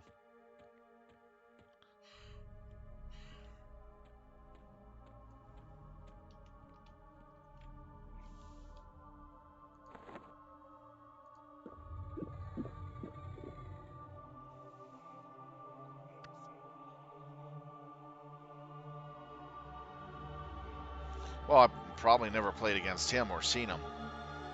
Different area. It's been a long time since I've been in tournaments, though. A very long time.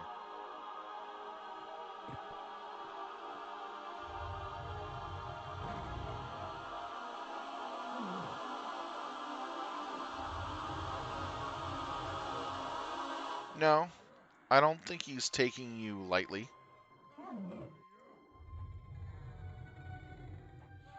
Someone who is really good and has promoters will not take a nobody lightly.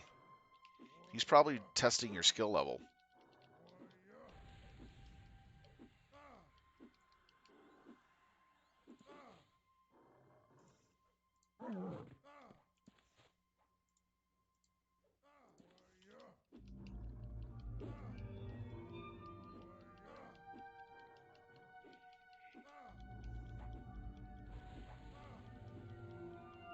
Possibly.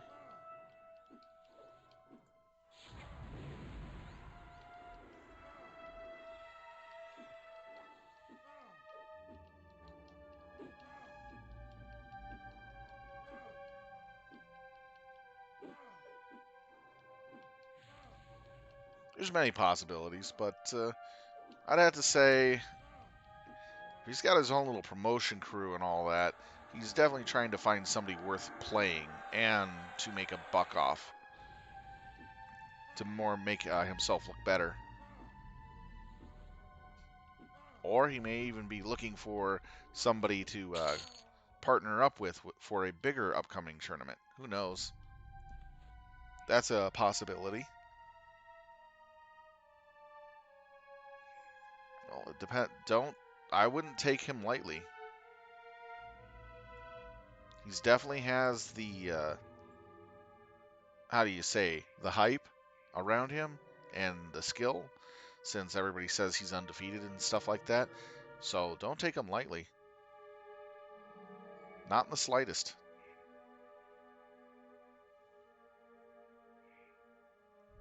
Ah, nice. He will check over all your paperwork, so be ready for his questions. Because a good player will ask questions about your army if he doesn't understand them. Hey, Livewire, not too bad, thank you very much. I'm currently soloing in Greg's End for the last bit of the stream. We got 2 of the 6 spirits done tonight. Oh, geez, seriously? And I set up 2 level 1 characters in the wake to camp the crocodile and the polar bear.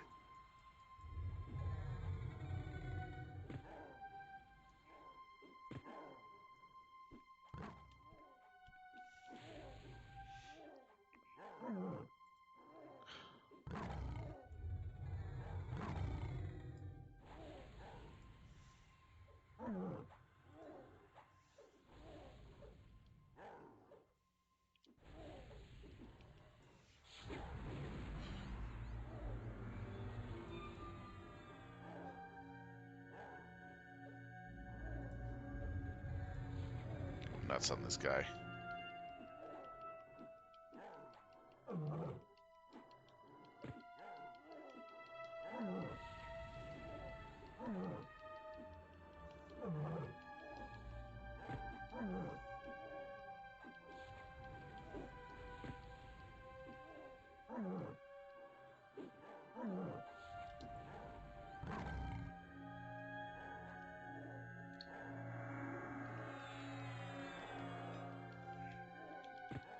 What level cap? They're level 55.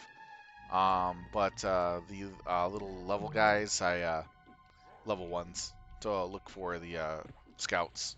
They're just parked right where the scouts will spawn. So it makes it a very easy camp to hold.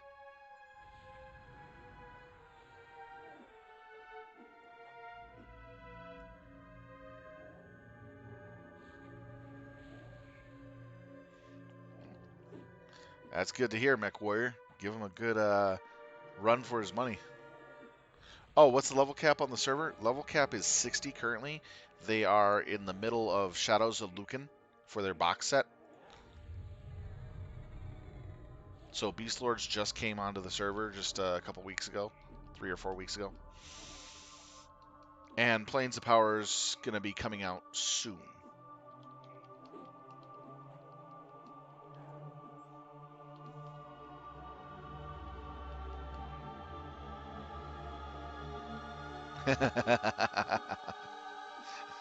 Doing the Independence Day for speech, huh?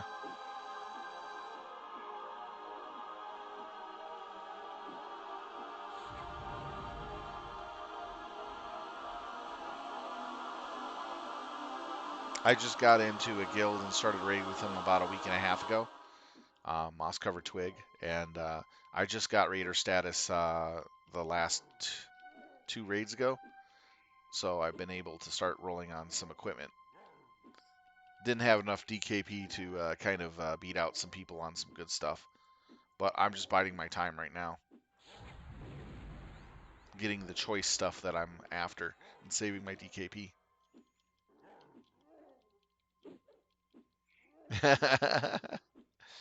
Mech Warrior, one badass commander.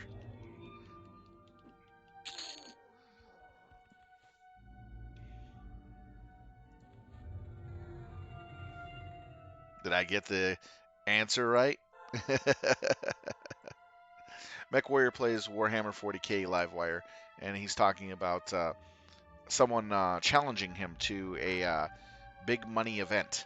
Um, in short, he's going to be playing against a top league contender for tournaments who hasn't lost a single game with his armies, and he's going to go after him uh, and try to beat him.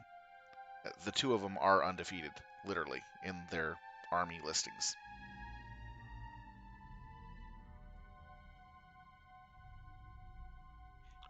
We are currently in TO. We are currently up to VT. So we full cleared VT the first week we got into it. First day we went into it, we cleared a whole bunch of mobs and bosses. Then the next day we came in and finished VT. We got all but one boss out of there.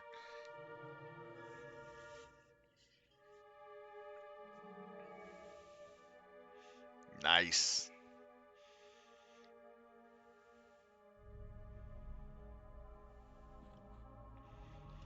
Make sure you take pictures of his army. I'd love to see how it looks.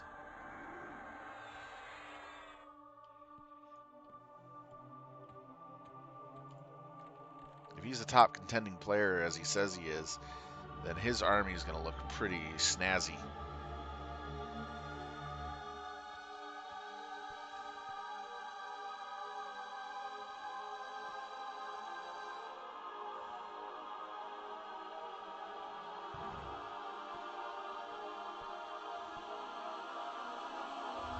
What? 2?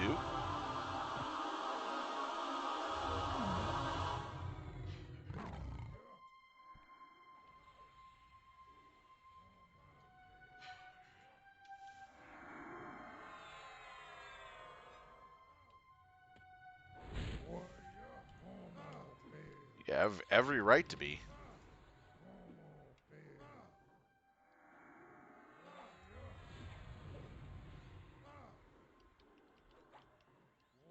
I gotta switch out the proc. I got the wrong one on him.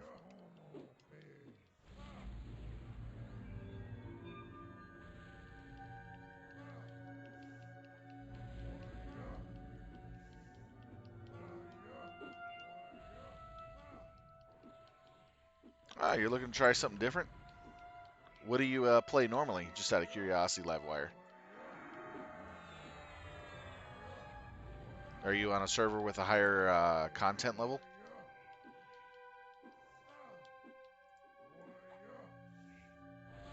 Ah, Shammy.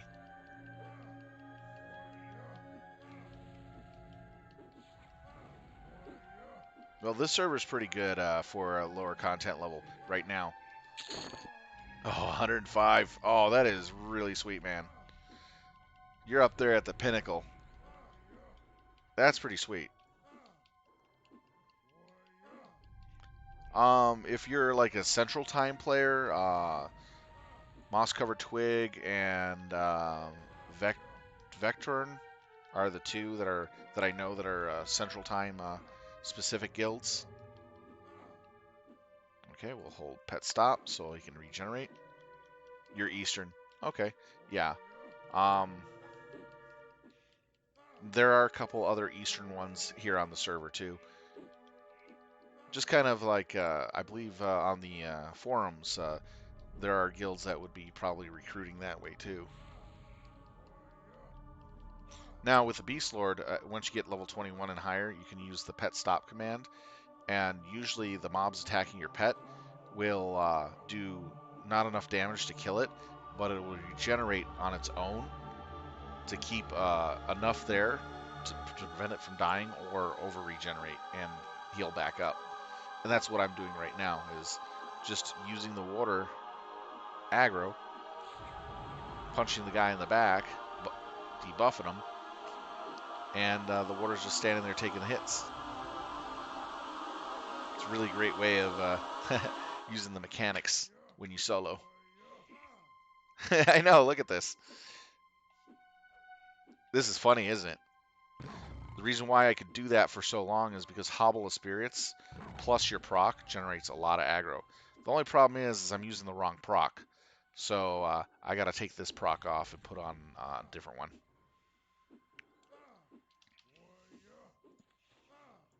There are two procs in the game which decrease aggro for the Beastlord. Spirit of Flame, which is a drop spell, and then Spirit of Vermin.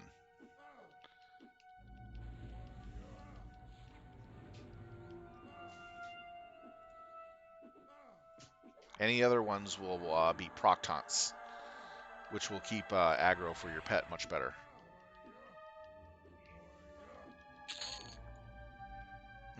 I love my Beastlord. That's why I came back to Everquest, is to play the Beastlord. There was no other game that I've come across that could even come close to the Everquest Beastlord, and I really miss playing it.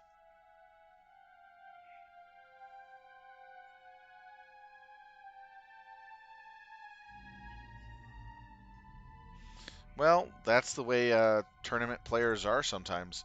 Tournament players tend to be showy and blinged out and stuff like that, and they could be as good as they're blinged. You just got to be careful.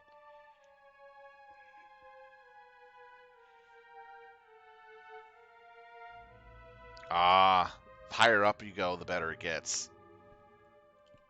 Especially when you start getting AAs, you can do so much with AAs. The AAs really, really make the Beastlord shine.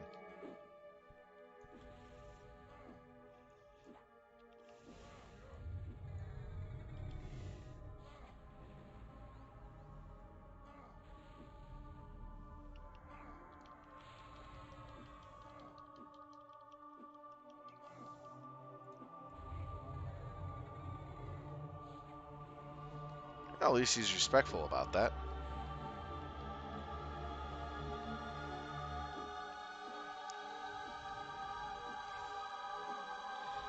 Good luck in beating him. I hope you do. It'll be quite interesting.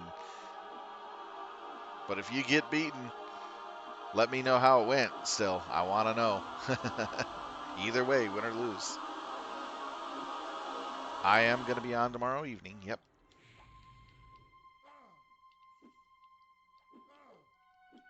Now pet stop.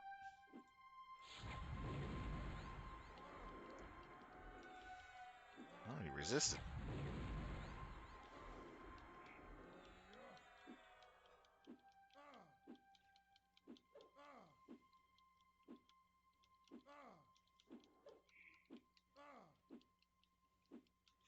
And the one fight is going to be with a undefeated tournament player that plays Tau Empire.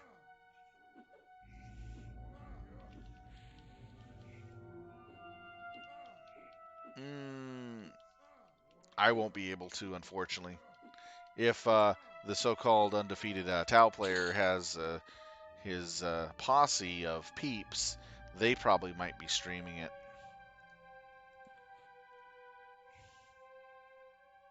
but I doubt it. I would watch if it was being streamed. Heck yeah. I want to see what MechWarrior's running so I can counter it. Despicable Tau player at its best.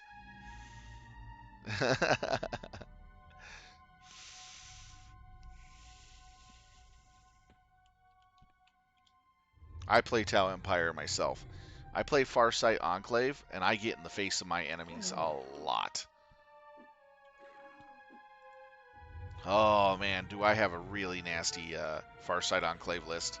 It's not what you call standardized, but it is nasty as heck.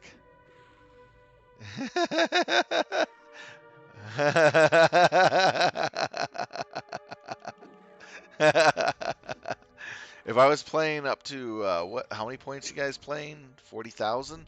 Yeah, I definitely have a lot of units for shooting out air units. I'd take broadside. I would take two squads of broadsides with everything loaded, and another two broadsides with um, rail guns.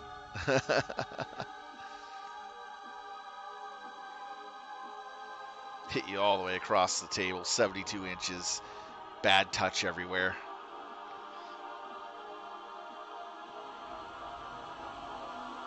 I wouldn't be using any Forge World units. I would only have like 3 Riptides and 1 Storm Surge for big units, and everything else would be small.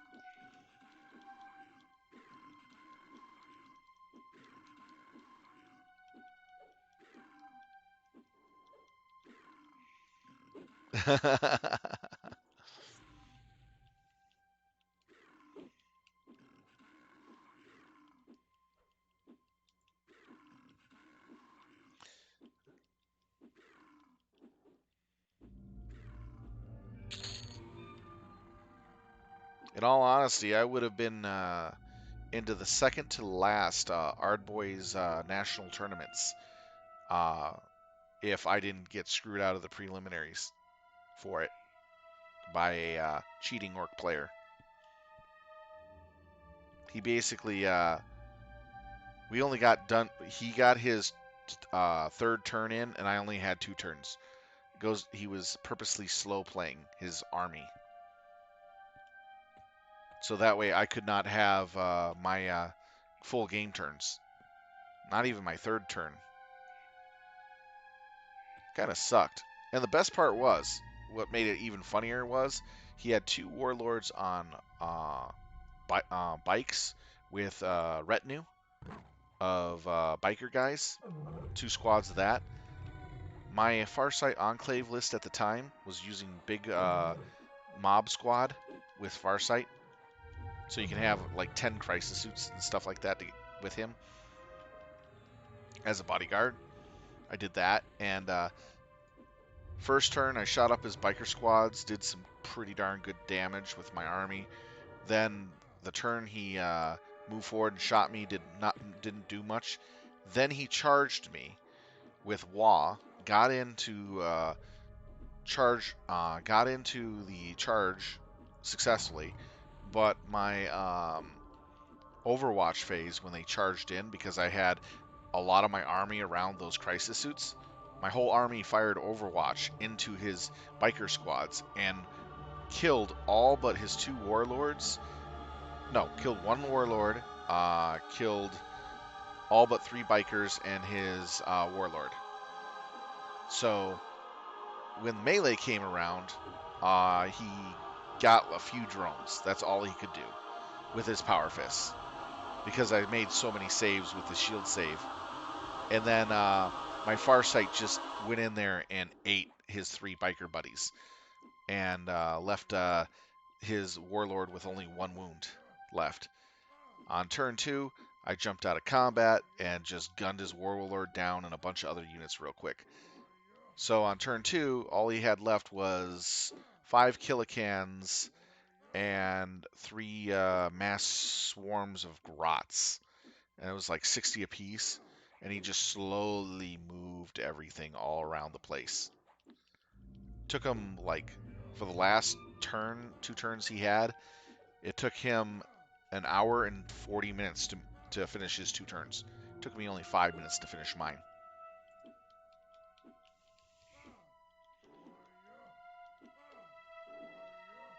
So when he won because of technicality of slow playing, he goes, thank you for calling the judge over so much, because he was doing really weird stuff and some of it was called against him in my favor. He was purposely trying to slow the game down in a lot of ways, and I knew the Orc Codex decently well to know he was messing around. Well, he goes, thank you. You made it so I could slow play you and win, and laughed as he walked away. I was so mad. And unfortunately, in that event, the judge had all his other judges walk out on turn 2 because they thought it was only a 1-turn event. So it was one guy pretty much watching over 2 big tournament rounds for the remainder of the tournament, and I couldn't get a word in wise to tell him what was going on. By the time I could, he already passed out the rankings and loots.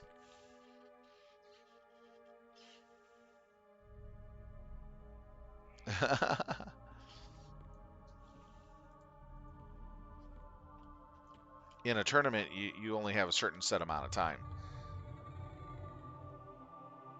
And he basically set it in such a way that he slow played 2 turns so slow that it took over half the time of the 1.5 hours that we had. Actually, 3/4 of the time for 2 turns. He goes, I gotta move every single guy precisely, and he's sitting there measuring out one guy every 2 inches in a 60-man unit.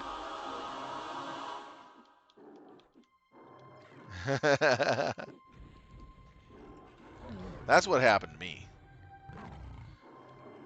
It was completely BS, though.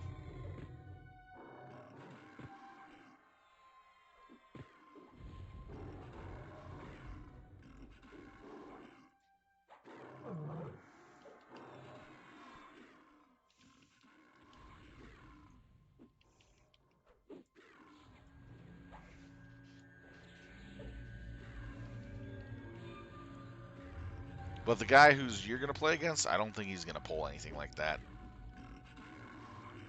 He'll have a lot of Tau shenanigans, so be ready for it.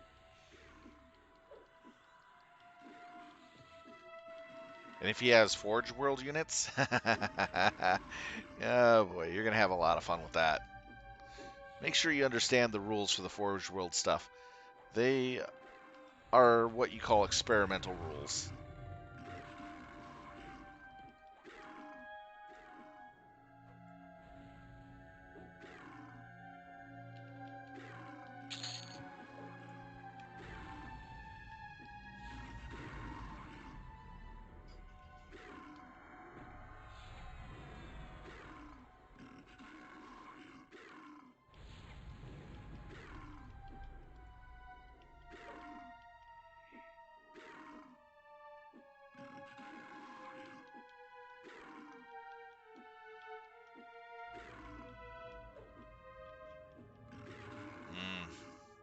Is he using the Supremacy suit?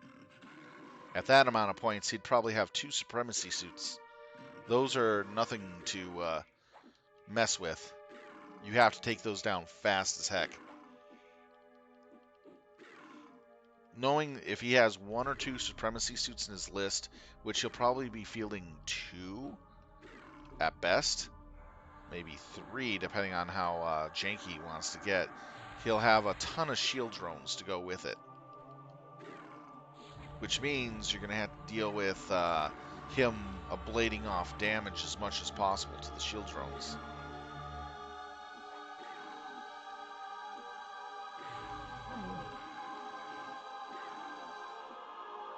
And to be really honest with you, if he's doing the shield drone trick, of protecting his good units, target the shield drones. Shield drones are always a group amongst themselves.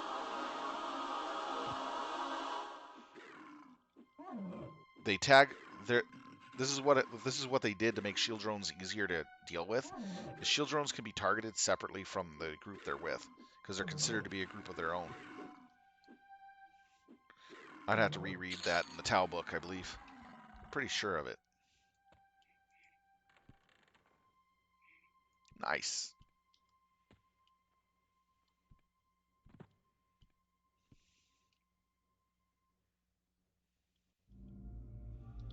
Okay, don't want to pull anything just yet. Let's go ahead and Paragon.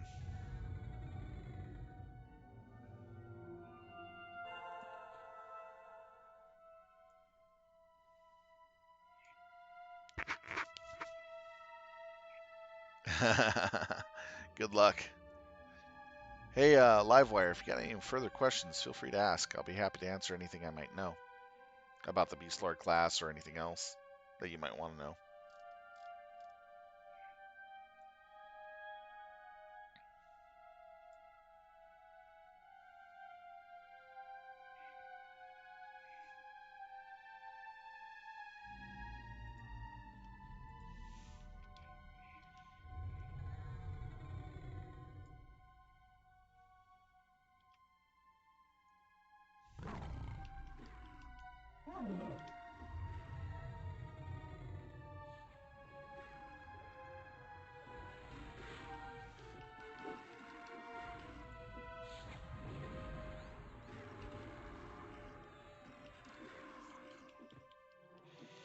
Oh, one thing about the Beastlord class. Our dots are actually far more powerful in the long run than our direct damage spells are. It's not until um, like 6 or 7 expansions from now before the dots become actually worth using. Not dots, the direct damage becomes worth using because it becomes instant cast and higher damage. Currently, right now, our direct damage is really crappy for the mana versus time cast. And I mean, really crappy. Try like 300 or 400 damage right now.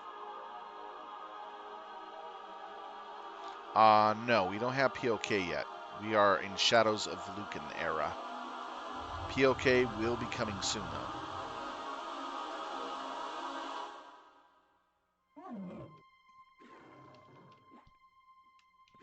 We're just like a few expansions from it right now.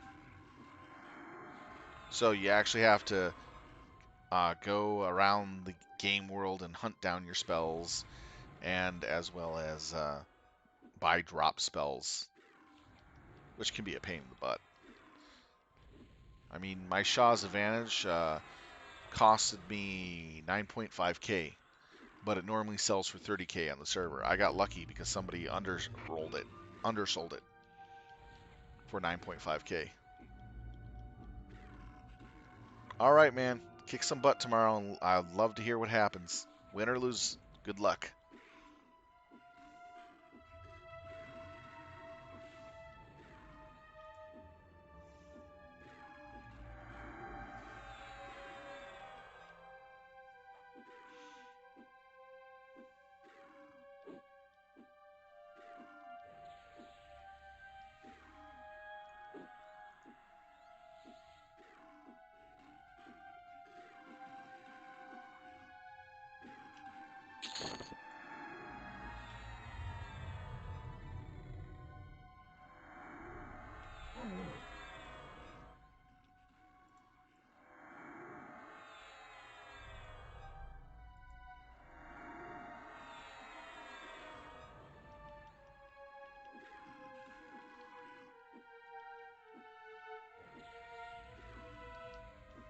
I love it when they're casters.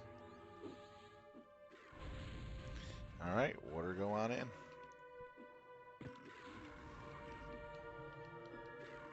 Always, when you fight with your warder, always fight with on either side of the target.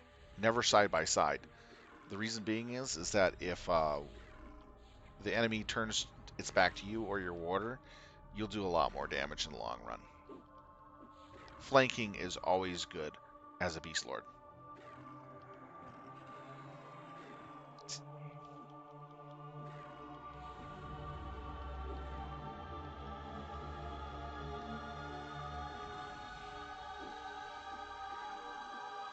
Oh yeah.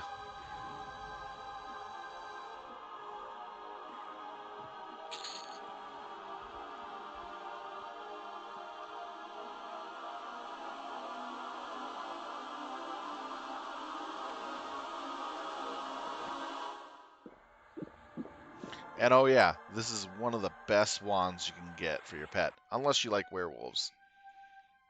Watch what it does. Now this is the skin they should have gave us Beastlord cats. That would have been so awesome for our pets to have, to look like this. They should also make special skins for each of the races too. Like, make the barbarian one into like an actual runic bear that looks really badass. You know what I mean? Make it so that the visual for the warder looks really good. People would want that. Or let's see, the scaled wolf would be kind of like a mix of a wolf and a dragon. You know what I mean? Instead of the ugly green brown thing. And then for say the what else? The other groups have their own little versions that have been ramped up too. It'd be interesting. Yeah, which one is the ogre? I forget. That's pretty sad. Oh yeah, the ogre's got the bear, um the oh, it's the barbarian that has the wolf. And then for the barbarian you have a like a kind of like Amaterasu, not an Amaterasu style, but for the barbarians, I was thinking of the more runic wolf, the kind of a mix between Amaterasu and a runic wolf skin. That would look pretty badass. And then for the bear, it would be kind of like you get the brown bear and mix it in with a little bit of a swamp thing. You know what I mean? It's like a bear that has uh, a living tree in it or something like that. So it's a mix of a plant and bear. That would look pretty cool.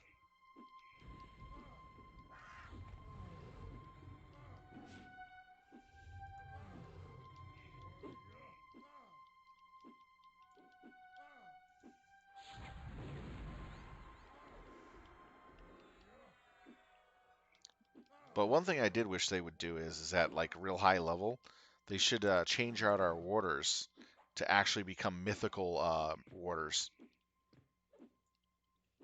like a mythical creature that we can have.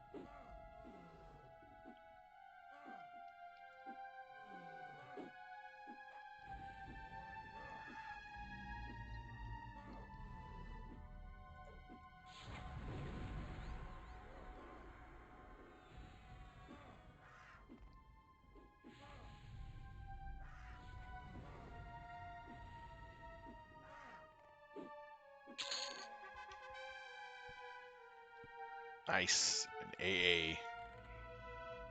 Alright, let's see here.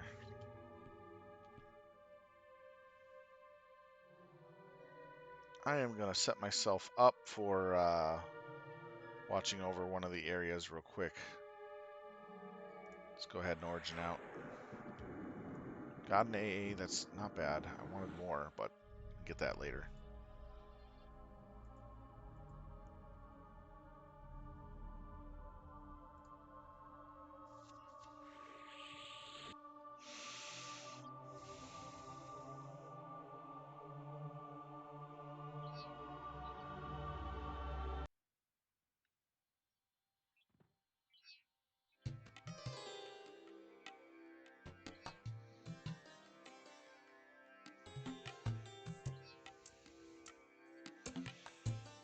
Alright.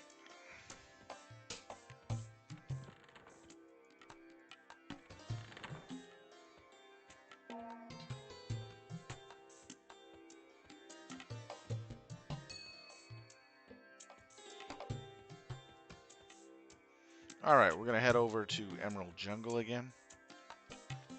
Pretty much set myself up for watching that camp for later.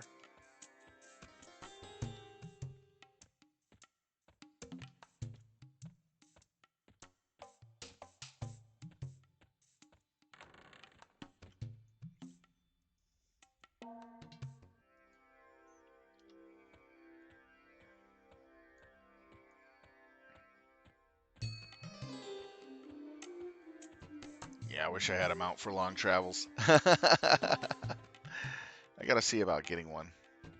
I would need a Celeros version. Those aren't cheap.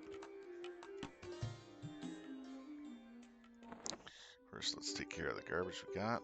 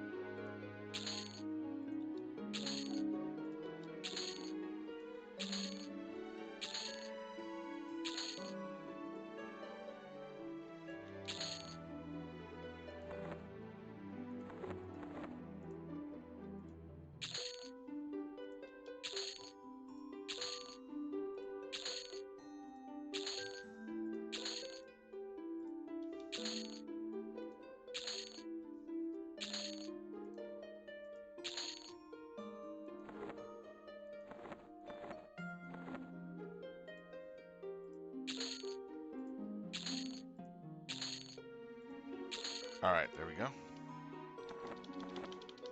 Takes care of all that garbage.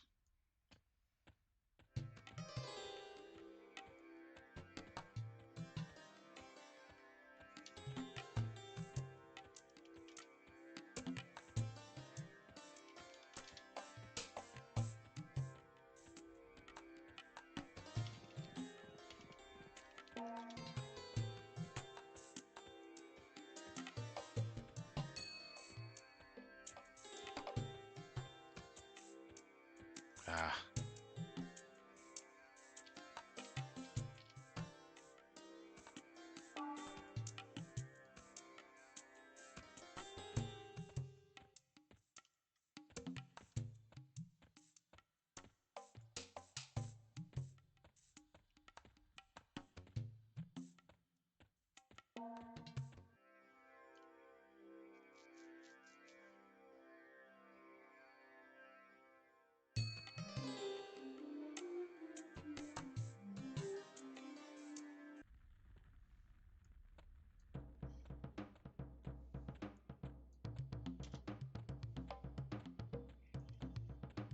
Can I get an idea what they are in the bazaar so I can save up for one? Let's see here.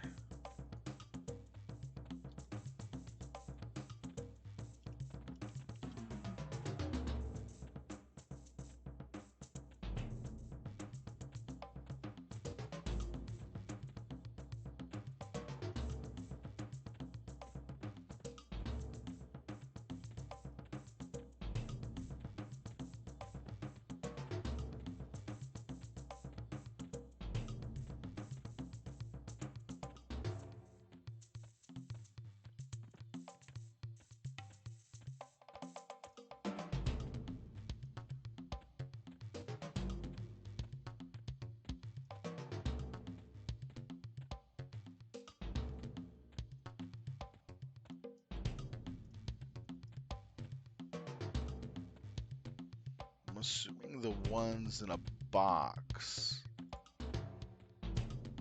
are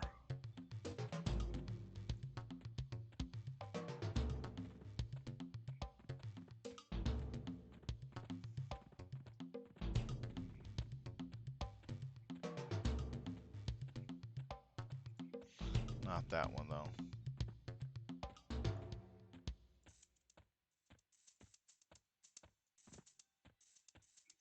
Nope, not that one.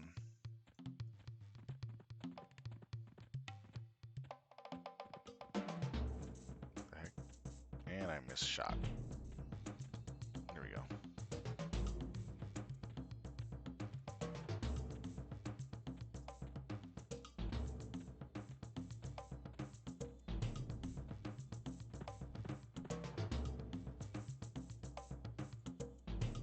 Ah, there I am.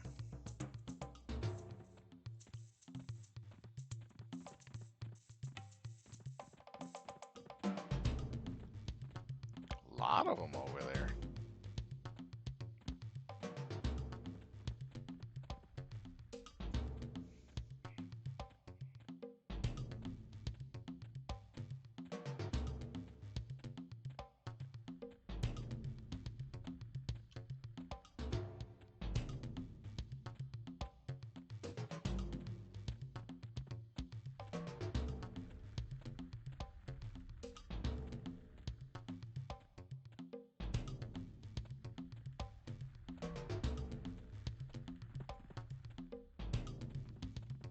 Just quickly looking over at that.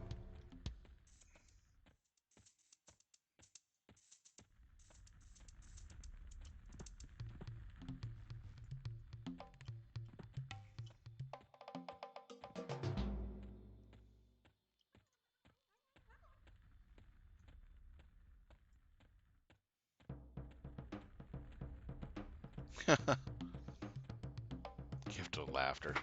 That's funny.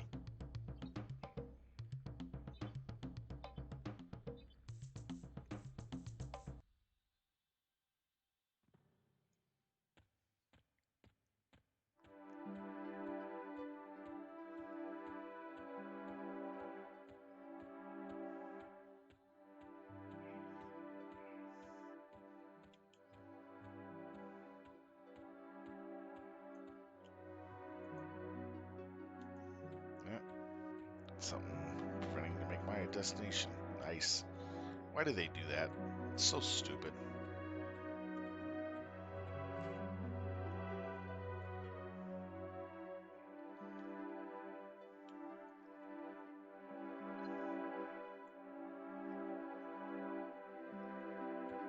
Oh, need so.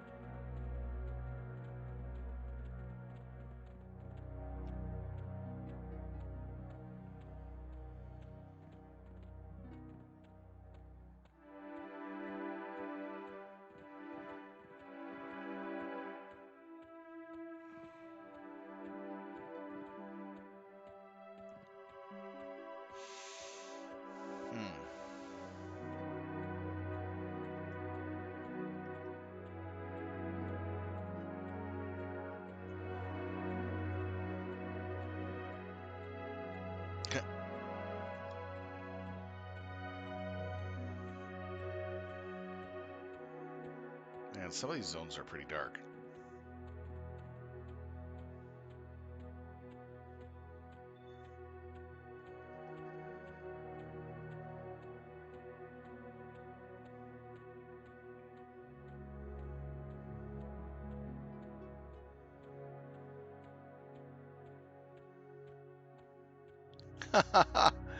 That's actually pretty funny. Welcome to Lake Rokendite. I hear the view at the bottom of the lake is quite spectacular, but you'll soon find out.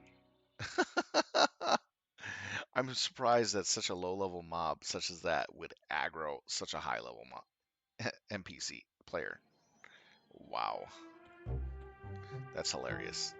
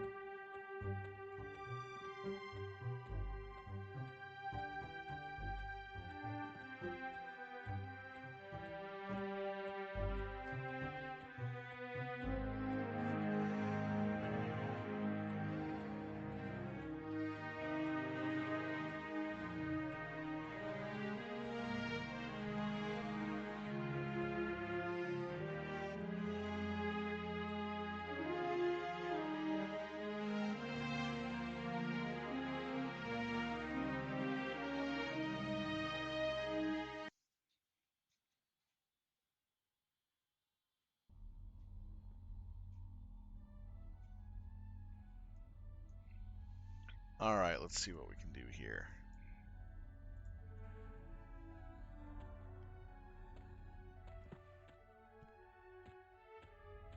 Get out of the center.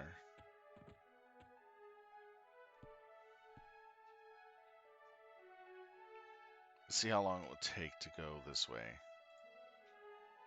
The Emerald Jungle.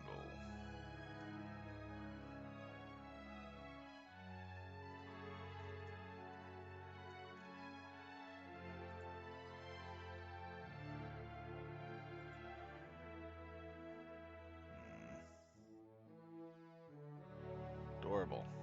It's not that far. Alright, Crunk.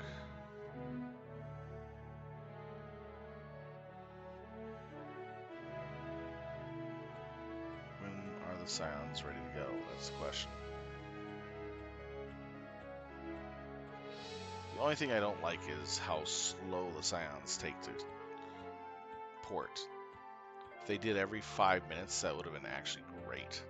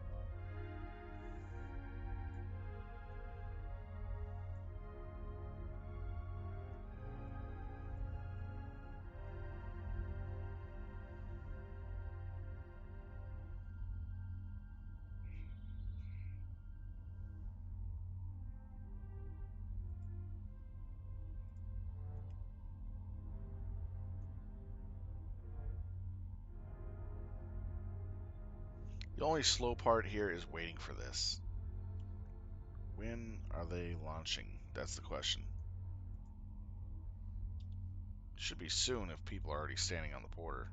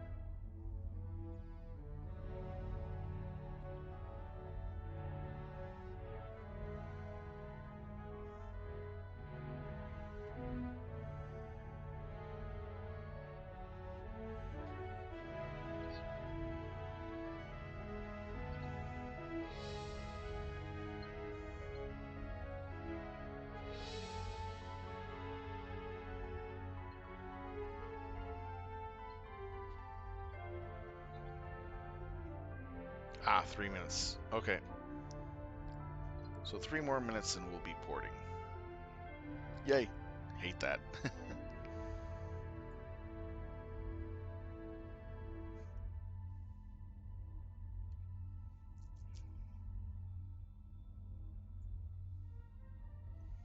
Then we'll be running through what?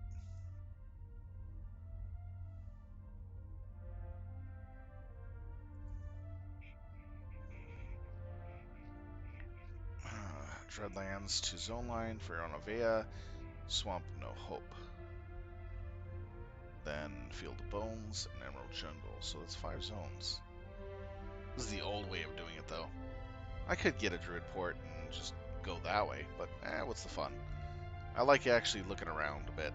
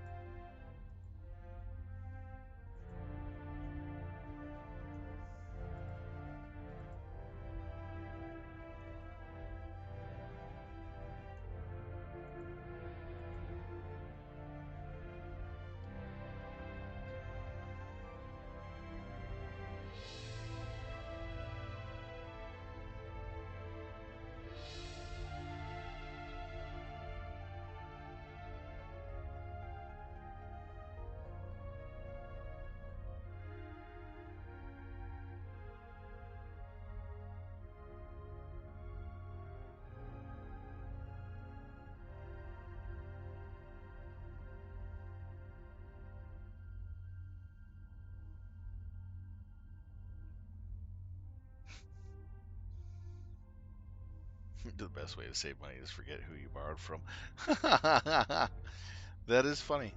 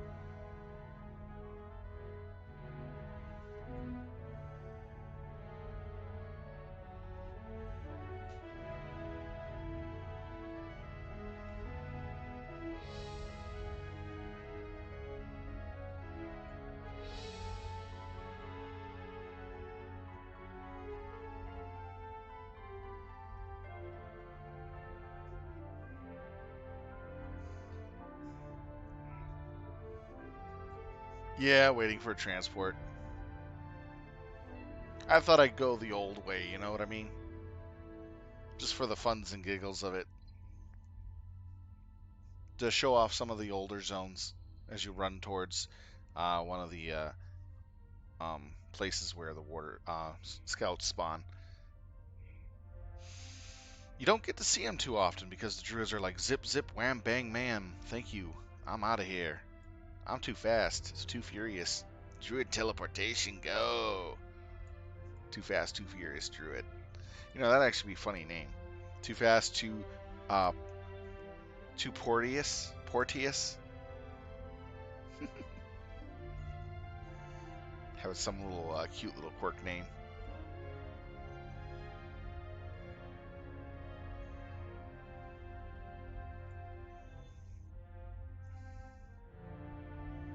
Come on, start the teleportation. Everybody's waiting.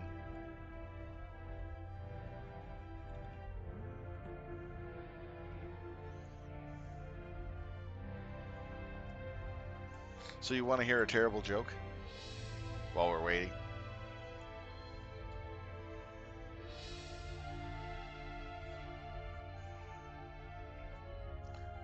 Why were the sheep afraid of Hannibal Lecter?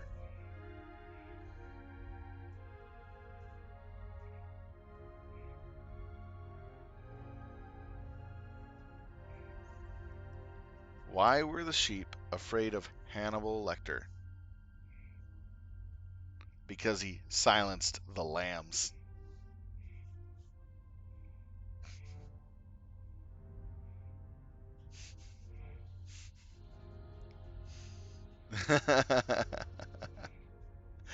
Because he silenced the lambs.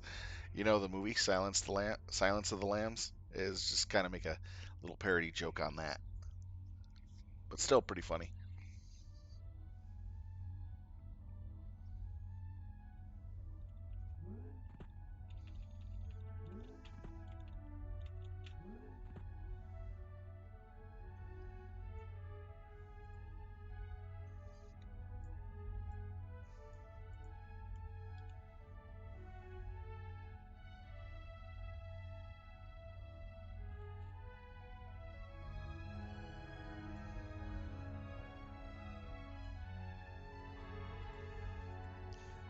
I thought they were going to teleport us in 1 minute. It's been over a minute. What the heck?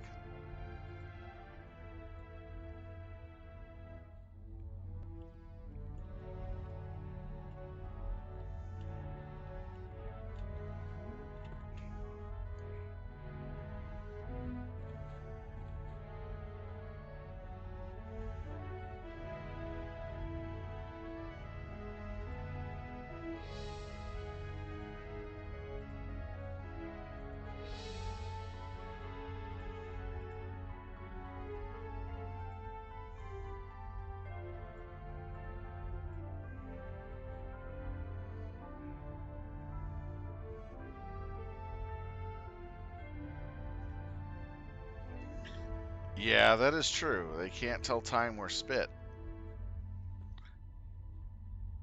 I guess that's why they give you a Lucan shard, so you could deposit it, shine it up real nice, turn it sideways. And you know where I'm getting with that one.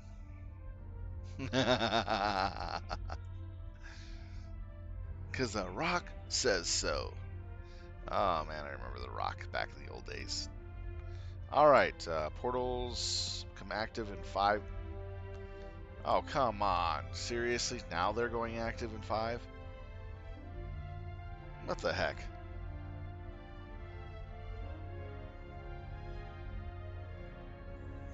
What is 5 days in EQ time? 50 days? Like, we'll go active in 50 days. Just wait 5 game minutes. See the sunset, rise, sunset, rise, sunset, rise 50 times. Your eyes are bleeding and your nose and your ears. Yeah, we're teleporting. Finally.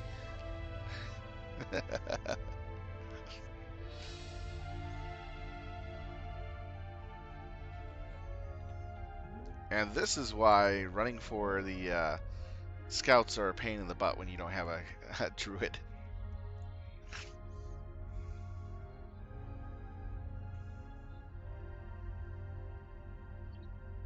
I'm actually trying to make an effort to do my scouts. So far we got two. Two in the bag.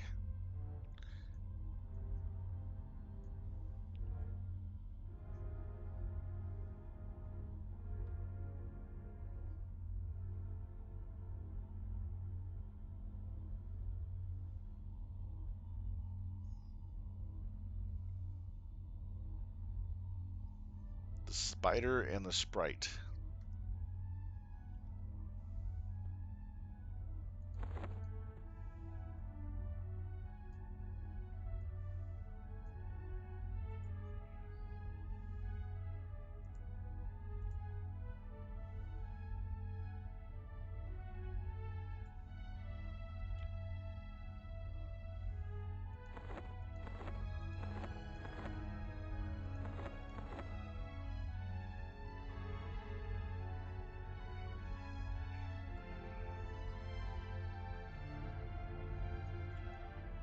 We have two NPCs camped out over at different spots, and then I'm going to a third spot to kind of keep an eye on that.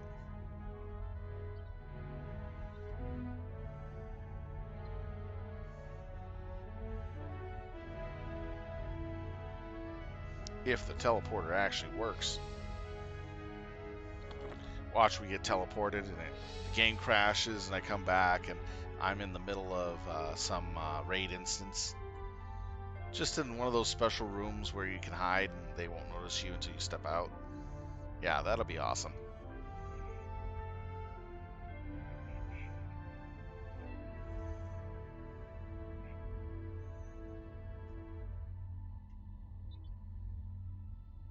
One could only hope.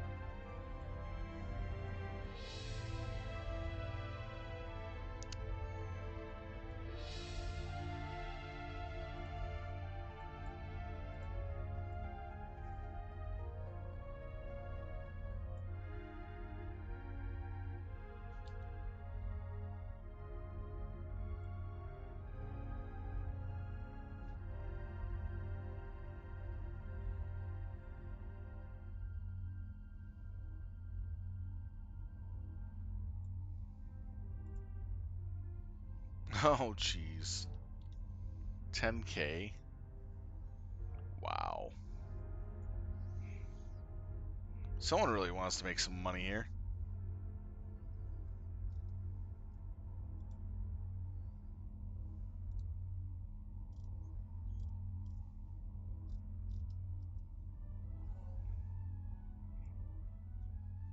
What the?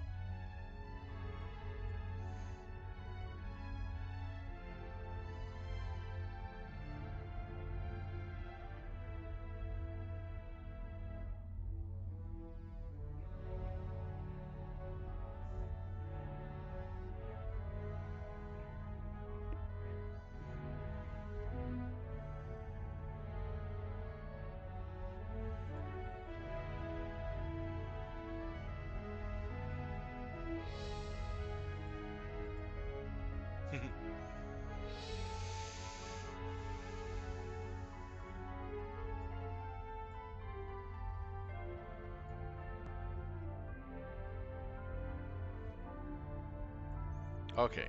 It has to have been 5 minutes already.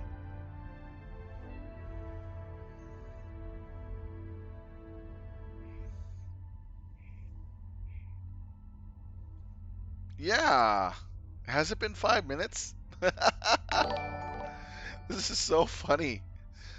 Hey, Livewire, thank you for the follow. That is awesome of you.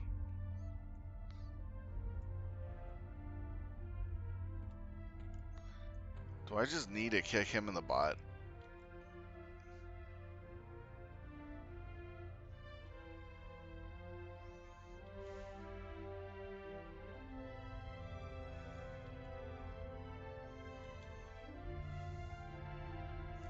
Or is it EQ's version of um, April Fools? Not teleporting anyone anywhere and saying they are teleporting?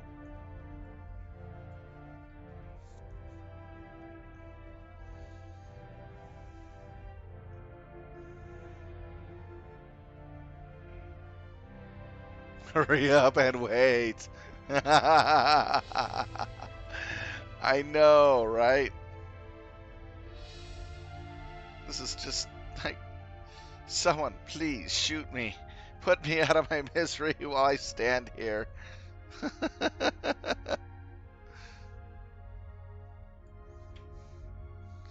Oh, so terrible.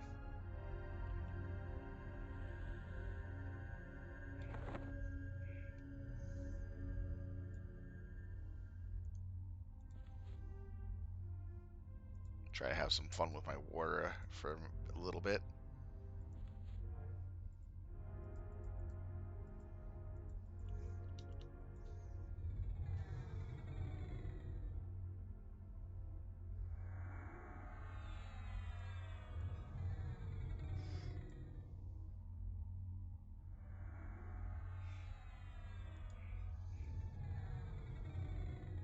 True, it could be.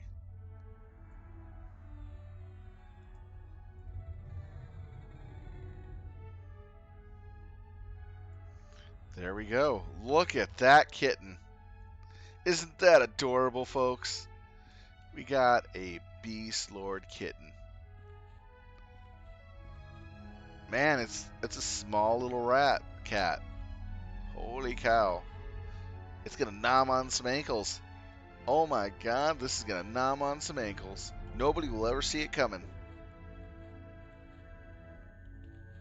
Oh, here we go. It's teleporting. Finally! Look at the magical grace of the teleportation. All the flirly little bubbles.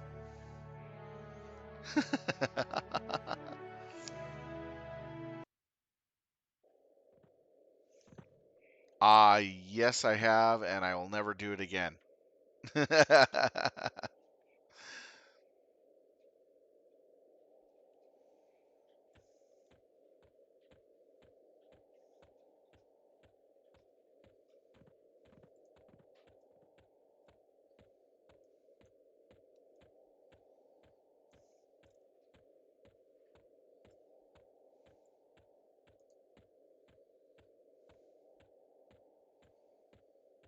Oh yeah, the bad touch area. I remember this. Yay.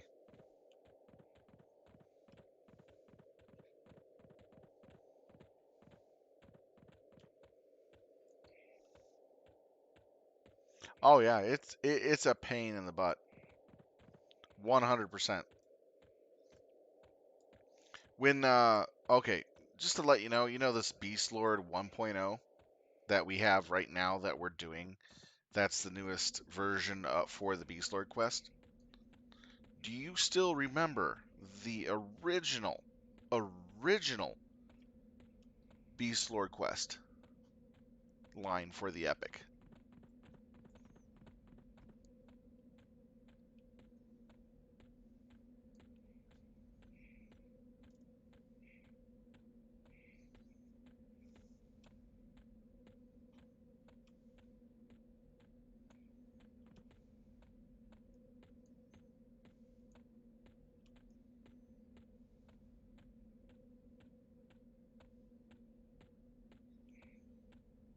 No, you don't. You're gonna love this.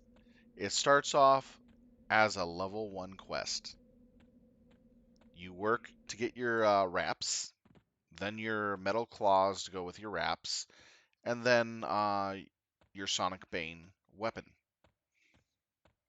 So, the Sonic Bane weapon was also part of the Officer Cloaks line quest, too.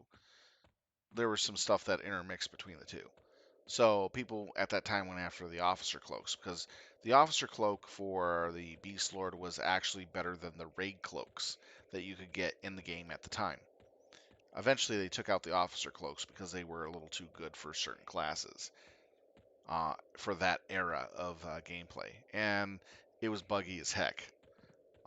But the Beastlord Epic literally started as a level 1 quest in Valshare, and you worked your way all the way up to the Sonic Bane weapons, which you needed all the classes of the Valshare to build a specific part component.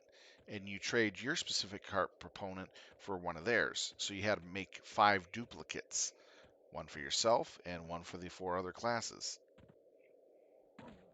The big problem was in the Moors, 3 items that dropped for the Beastlord that had such a horrific drop rate was the owlbear claws, the small owlbear claws that you need.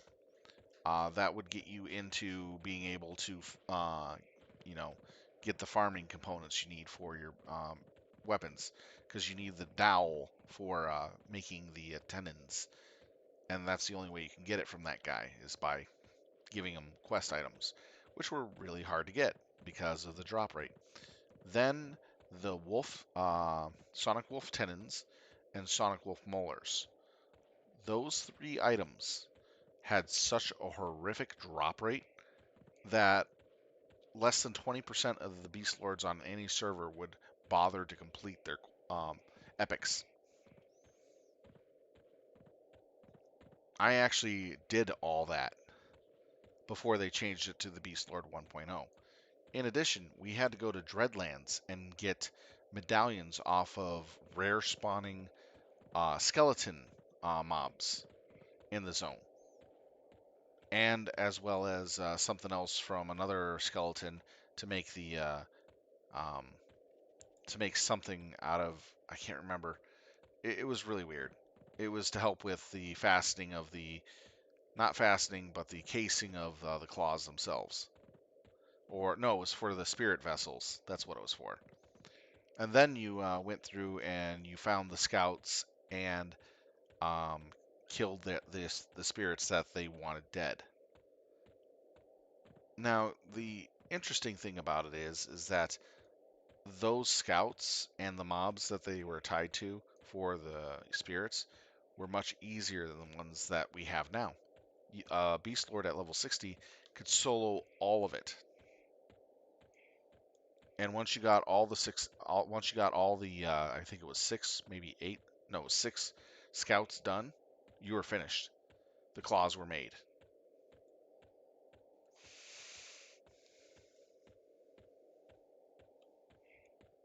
That was the original quest line. The only hard part about that was getting the skeletons, the 3 different skeletons you needed to spawn, killed. The 2 medallions and something for the capturing the spirits.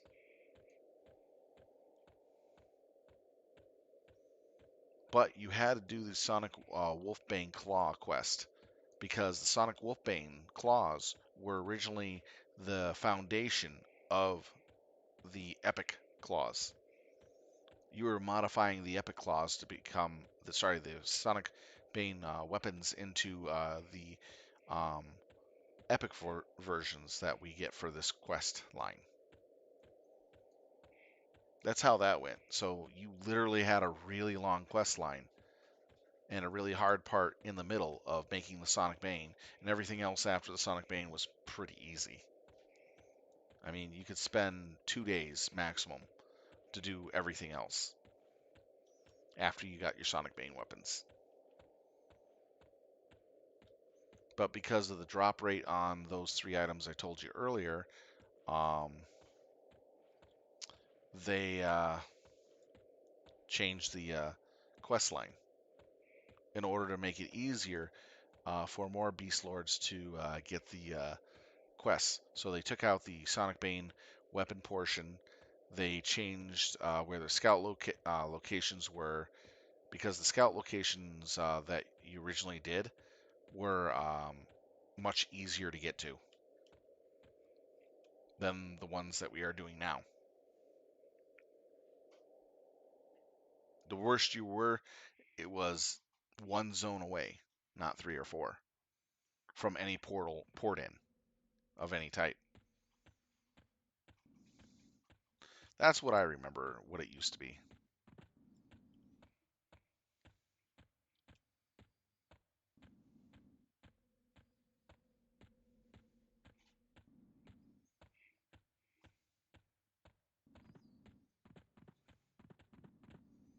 So doing the new Beastlord 1.0 is a new experience for me, but also partially an old one because it's using some of the old content. They just move things around and increase the difficulty of certain things too.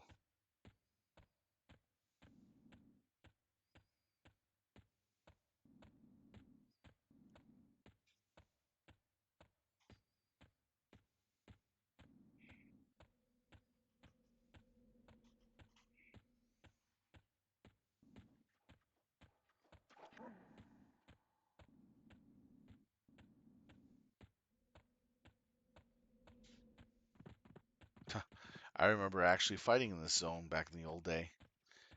These arachnids are a pain in the butt. I will tell you that 7 ways till Sunday. They can root, snare, some of them, and they always have damage shield on them. Pain in the butt to fight them.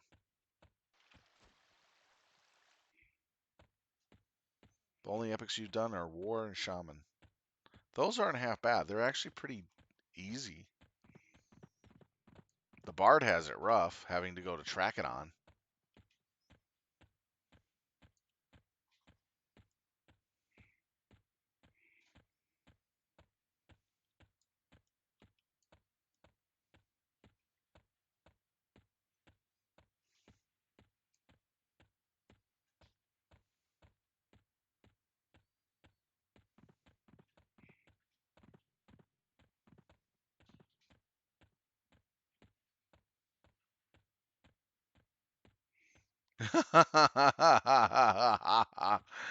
That's great. Oh, sounds like a warrior quest, all right. I'm kidding there. Just have to wait for an NPC to poop a bag. What do? Do you feed him some platinum so he can help his battle track move faster? Kind of sneak up behind him, slip in trade at one platinum piece and back away slowly if he when he turns towards you and glares at you, so you can earn reputation. I poo for you, reputation. I poo for you. You know, that'd actually be funny, is if you had to put one platinum into his inventory and trade it to him. You know what I mean? And then he turns around, and you have to still be crouched down and backing away from him. And after a little bit of backing away, he then turns around, starts walking, and you got to wait for this little bar meter to drop before you do it again. And if you screw it up and he attacks you because you were there for too long, you know, well, that's your problem. You lose all that time and loot. The I poo for you quest.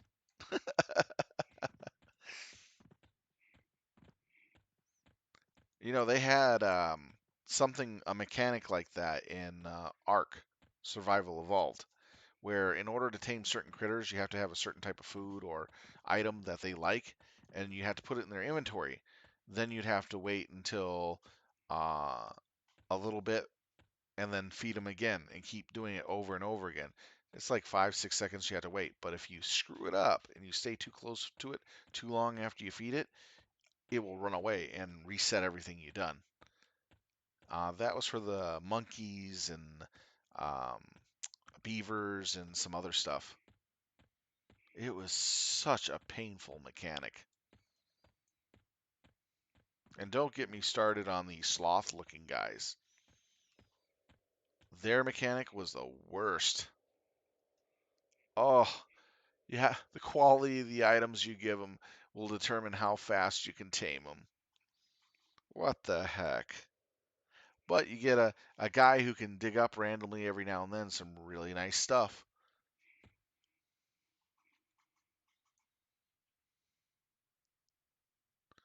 Oh, since I'm in the town, I'm going to go ahead and look over this way for the gator guy.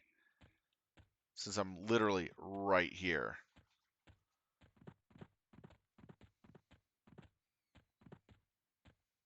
It'd be dumb of me not to do that.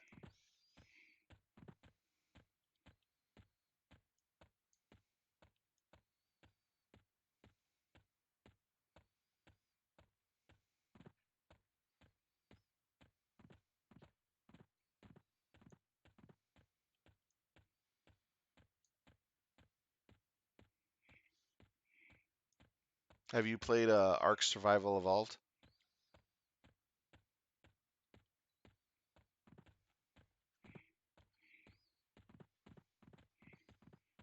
I loved the game until they came out with tech. When they came out with tech, I left the game and said, screw this, after I saw what they were doing with tech.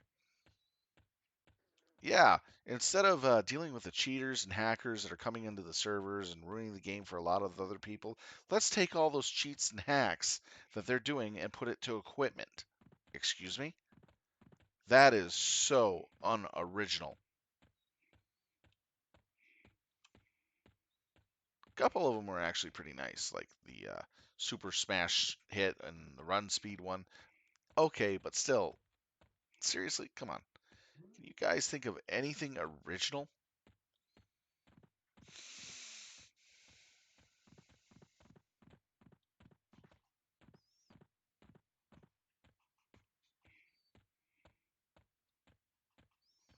So basically, the tech ruined it for me and my friends.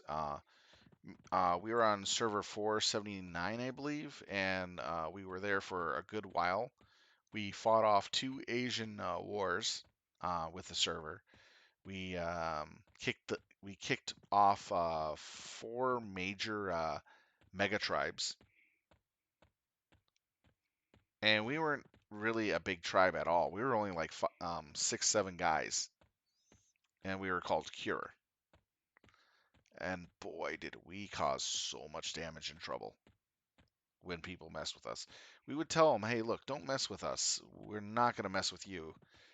And we just playing the game to have fun. And the mega tribes are all like, oh, well, you're going to have to either join us or leave or whatever, trying to throw their weight around. Let's just say when they started throwing their weight around, they didn't expect us to come in butt naked with spears and bear traps and annihilate their precious tames. It was so funny. Oh, yeah, you got a Giga. I'm sorry, your Giga's in a bear trap. 5 of us are beating it down with pikes. It's dead in 15. It's dead in 10 seconds. What? That's not possible. Oh yeah, it is possible. Especially when you got guys kitted out for 300 plus melee damage in strength with journeyman pikes. Yeah, we can. 5 of us can kill a Giga in less than 10 seconds. So nothing spawned here. Just double checking. You'd be like right here in this spot, I believe. Okay, nope.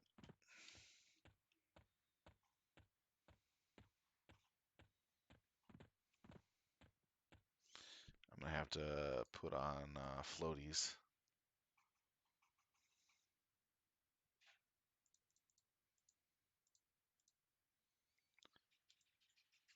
One of our favorite fights was with a really large major group that had two large guilds on different servers, and they were called DEA, and they were a huge mega tribe. They came into our server and Triple H Guild gave the reins and control over to them because they were on their way out. They wanted to stop playing, so they basically took over what was left of a major tribe we just pretty much chewed up and spit out. And well, long story short, they started messing with us really hard, and we were like, okay, this is adorable. Our base was in a lake. You know the north eastern metal node on the island uh, mountain, and then you go south of that, and there's that lake in the valley and all that. We built a massive base with uh, over the water and everything, and we built down into the water too. So we had a whole bunch of defenses all set up and everything, and you had to literally swim into the water to assault our base. And that didn't go well for anybody, you know what I mean? Trying to get dinos to do that slowed them down massively, caused a lot of trouble for ground forces. Air forces couldn't get close to the base because of the amount of plant turrets and actual turrets we had. Then, the only thing we had to worry about was them using boats and glitching them into the buildings to blow them up. You know what I mean? Because that was the thing. They didn't fix that for a long, long time. But it was so fun because they tried doing that multiple times and they failed multiple times. They couldn't do it right. They didn't have the right structure for it. They didn't set up their boats to have a long thing in the front with all the C4 and stuff in the front. They were placing it from within the boat onto the structures from within the boat.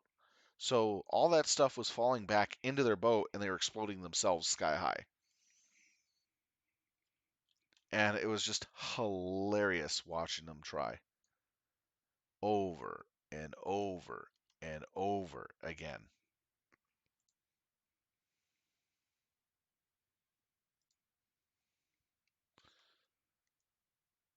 And then one time they actually broke down a wall and started getting into our base. And I picked up one of their corpses, and they had the gas for the knockout gas container. I threw it into the room, two of them. One landed in the room, and the other, who's this? Okay, I don't care. The other, should I kill that thing? Nah. The other landed in the boat. And so they had people zoning in to the boat because they had multiple beds on the boat and they were quickly coming in through the boat. And here's this knockout gas sitting right on the boat. And they were all falling asleep as soon as they zoned in. 50 people fell asleep on the boat. And someone decided to move the boat before he fell asleep. And all of them went into the water and drowned to death, while the five that were inside the building were being clubbed out of being clubbed unconscious and thrown into cages and held captive. We held them for 1 week captive, and they went nuts trying to break into our base, trying to get their friends back.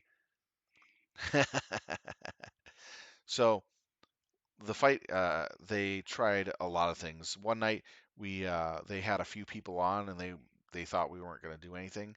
So we broke into one of their bases and trained like 75 dinos out of their base into our water area, and we let our plant turrets munch the living daylights out of all the animals that came into the pond. And it was just so hilarious. By the time they realized what we did, we cleaned out 150 dinos out of one base. Combat dinos too. Finally, the apex of the fight between us was we had we took out a mega facility of dinos. You know the what is it, the volcano, before they changed it to where you can't build in it and there's lava there. Well, back in the day you could build into it, and they built from the bottom of the volcano, the center of it where it had the cup area where you can go down into it. They built from the very lowest point all the way up to the very top of the volcano. A skyscraper. It was how many stories? 40 stories tall with over 7,000 dinos in it. I'm not joking. It was like lag central. Just getting in close enough to, do anything. It was so laggy you couldn't really do anything. And so they had so many turrets and so much defenses on the outside that because of the lag that you're dealing with, you'd have been dead long before you're able to move normally. And that's what they were doing. They were literally lag exploiting the area.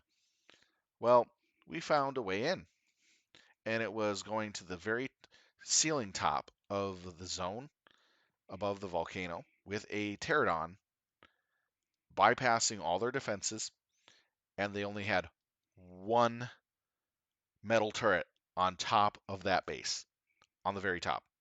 That was it. No plant. They were growing plant turrets, but they only had one metal turret up there at the time. So we flew right up in there and dropped down at high speed and opened our parachutes at the last second. So we did a fast landing with parachutes and took out the bullets from the metal turret.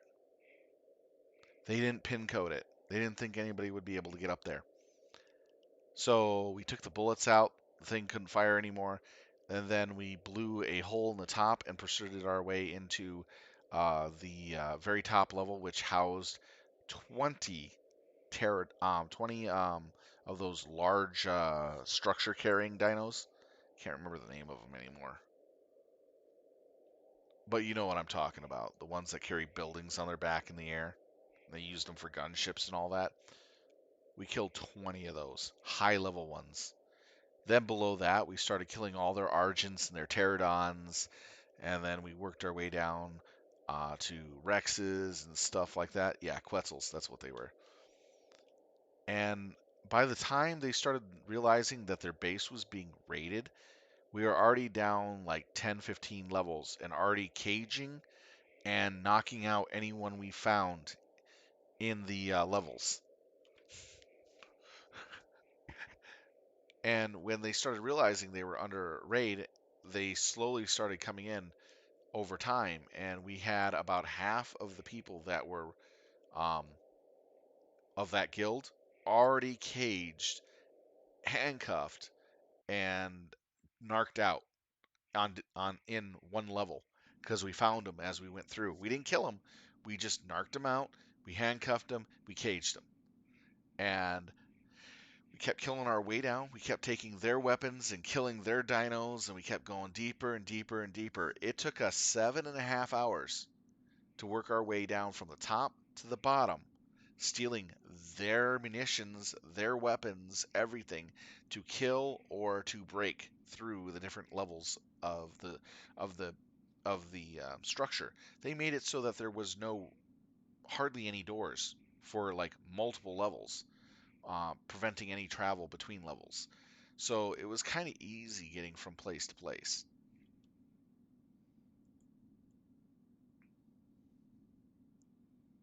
But what made it funnier was is the leaders of the guild logged in, found themselves basically captive, logged back off, didn't come back on for 2 days later, and said, "Yeah, we're giving up on this server. You guys can have it."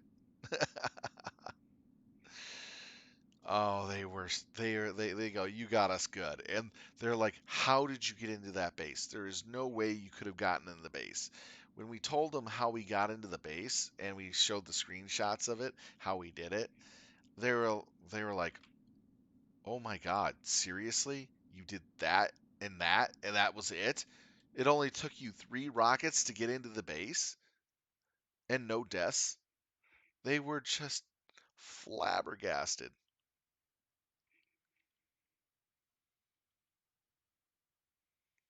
It was really hilarious to see how they were just they were all like, "Yeah, we're just gonna beat you. There's nothing you can do," and yada yada. And then the next thing you know, they they're basically eating crow. That was the absolute best. Doesn't look like the guy is here. He'd respawn right over here, probably.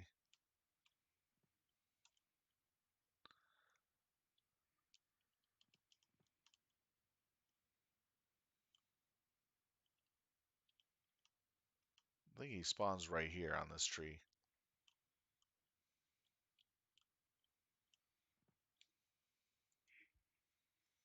So that was a lot of fun. And that's the last major guild we messed with and won. Then they invited us to join them, and we did things on other servers with them. We went into one of the newer servers they were just releasing for new content. And have you ever heard of the infamous um, what is it called? The big storage container, the vault wall trick. We actually used that on our server where we made a wall of vaults. Instead of using walls, we made vaults and placed the vaults down. And then we built a nice base up on a cliff area, so there's only one way to get up to it. Eventually, the server got so sick of us. A lot of the people on the server and the top guilds got so sick of us, they banded together to take us on. And we were a guild on that server that just, pirated a lot of our stuff. We stole, we ninja looted, we destroyed stuff, being a typical, raider guild. And so they decided to get together. So the four largest guilds plus seven minor ones banded up together and assaulted our base because we were the ones that they were going to first try to take out before they take out a larger group than us. Because we were only like how many people? 20 people, most for that base, and that's all they knew. So they come in, they drop 5 Dodo Rexes at our vault wall and could not break through.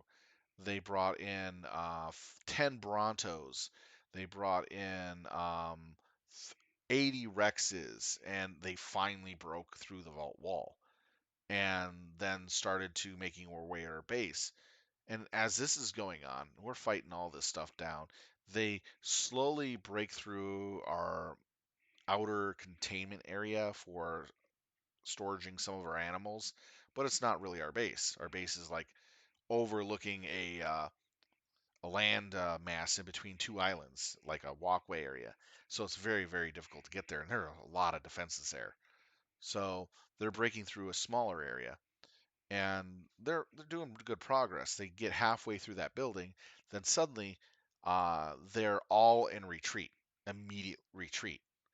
Because what we did is we talked to the second target that they were going to go after us the next day or so, and they were part of our group because what we did is we split up our big, massive guild into two groups. The largest part of our group was actually in the lower areas and in the caverns and stuff. And that's where they were, amassing their power, strength, animals, stuff like that. They're kind of keeping unseen. We were the ones at the top area distracting everybody else from what they were doing down below. So it worked really well. So here come our guys flying in. They attacked two of the major player bases and pretty much triggered the alarms, did some damage, and quickly got out of there. But as we told them that the forces were starting to leave real quick and they were getting less and less, um, our second part of our guild came in the other tribe, and it was a massive aerial battle. Hundreds of pterodactyls and other and what is it? Bunches of quetzals and um, oh, what's those big birds?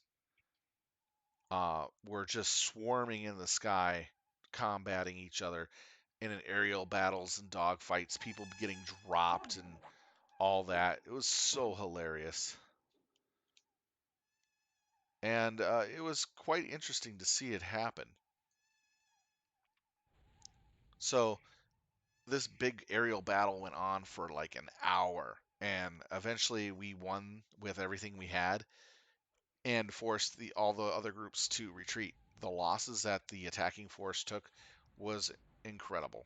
And the losses we sustained were just kind of laughable compared to what they lost in creature power. Oh, it was funny as heck. And I was running around in the lake areas and the stream areas with my gunboat, and my gunboat was um,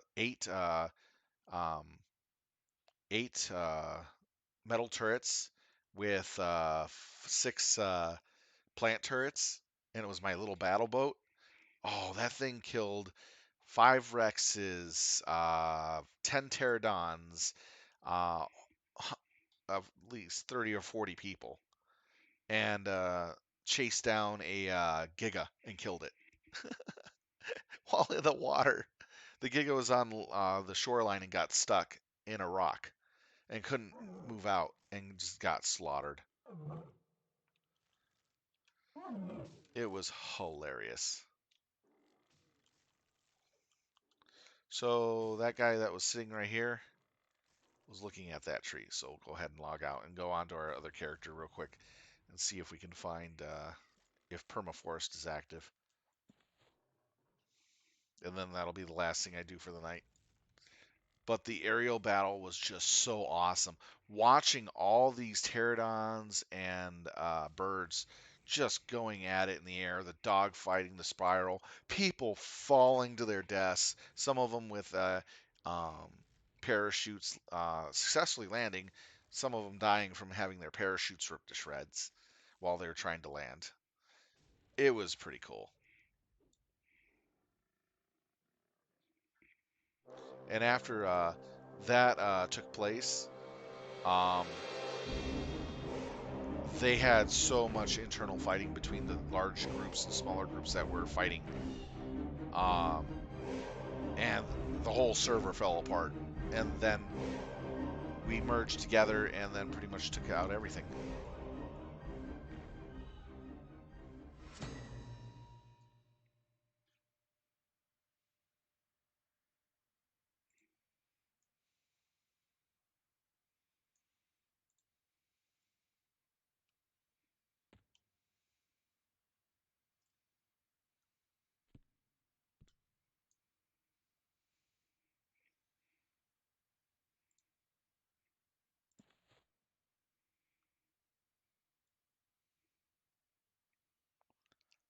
So it doesn't look like anything's here. Looks like someone's camping here to keep an eye on the location.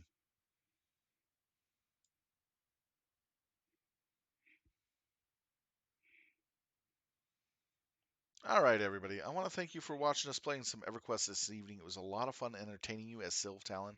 I hope you had a good time. I want to thank Livewire for the follow. That's awesome of you.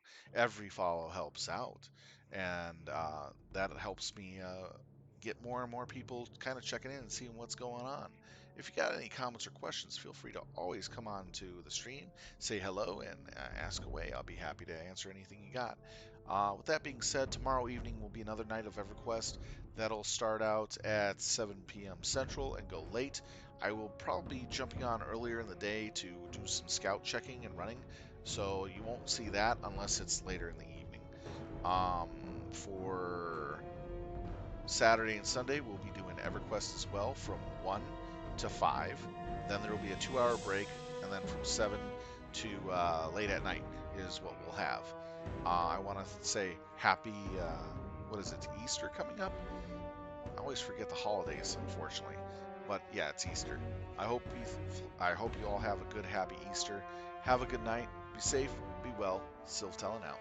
And thank you, everyone, for watching. Where's that button?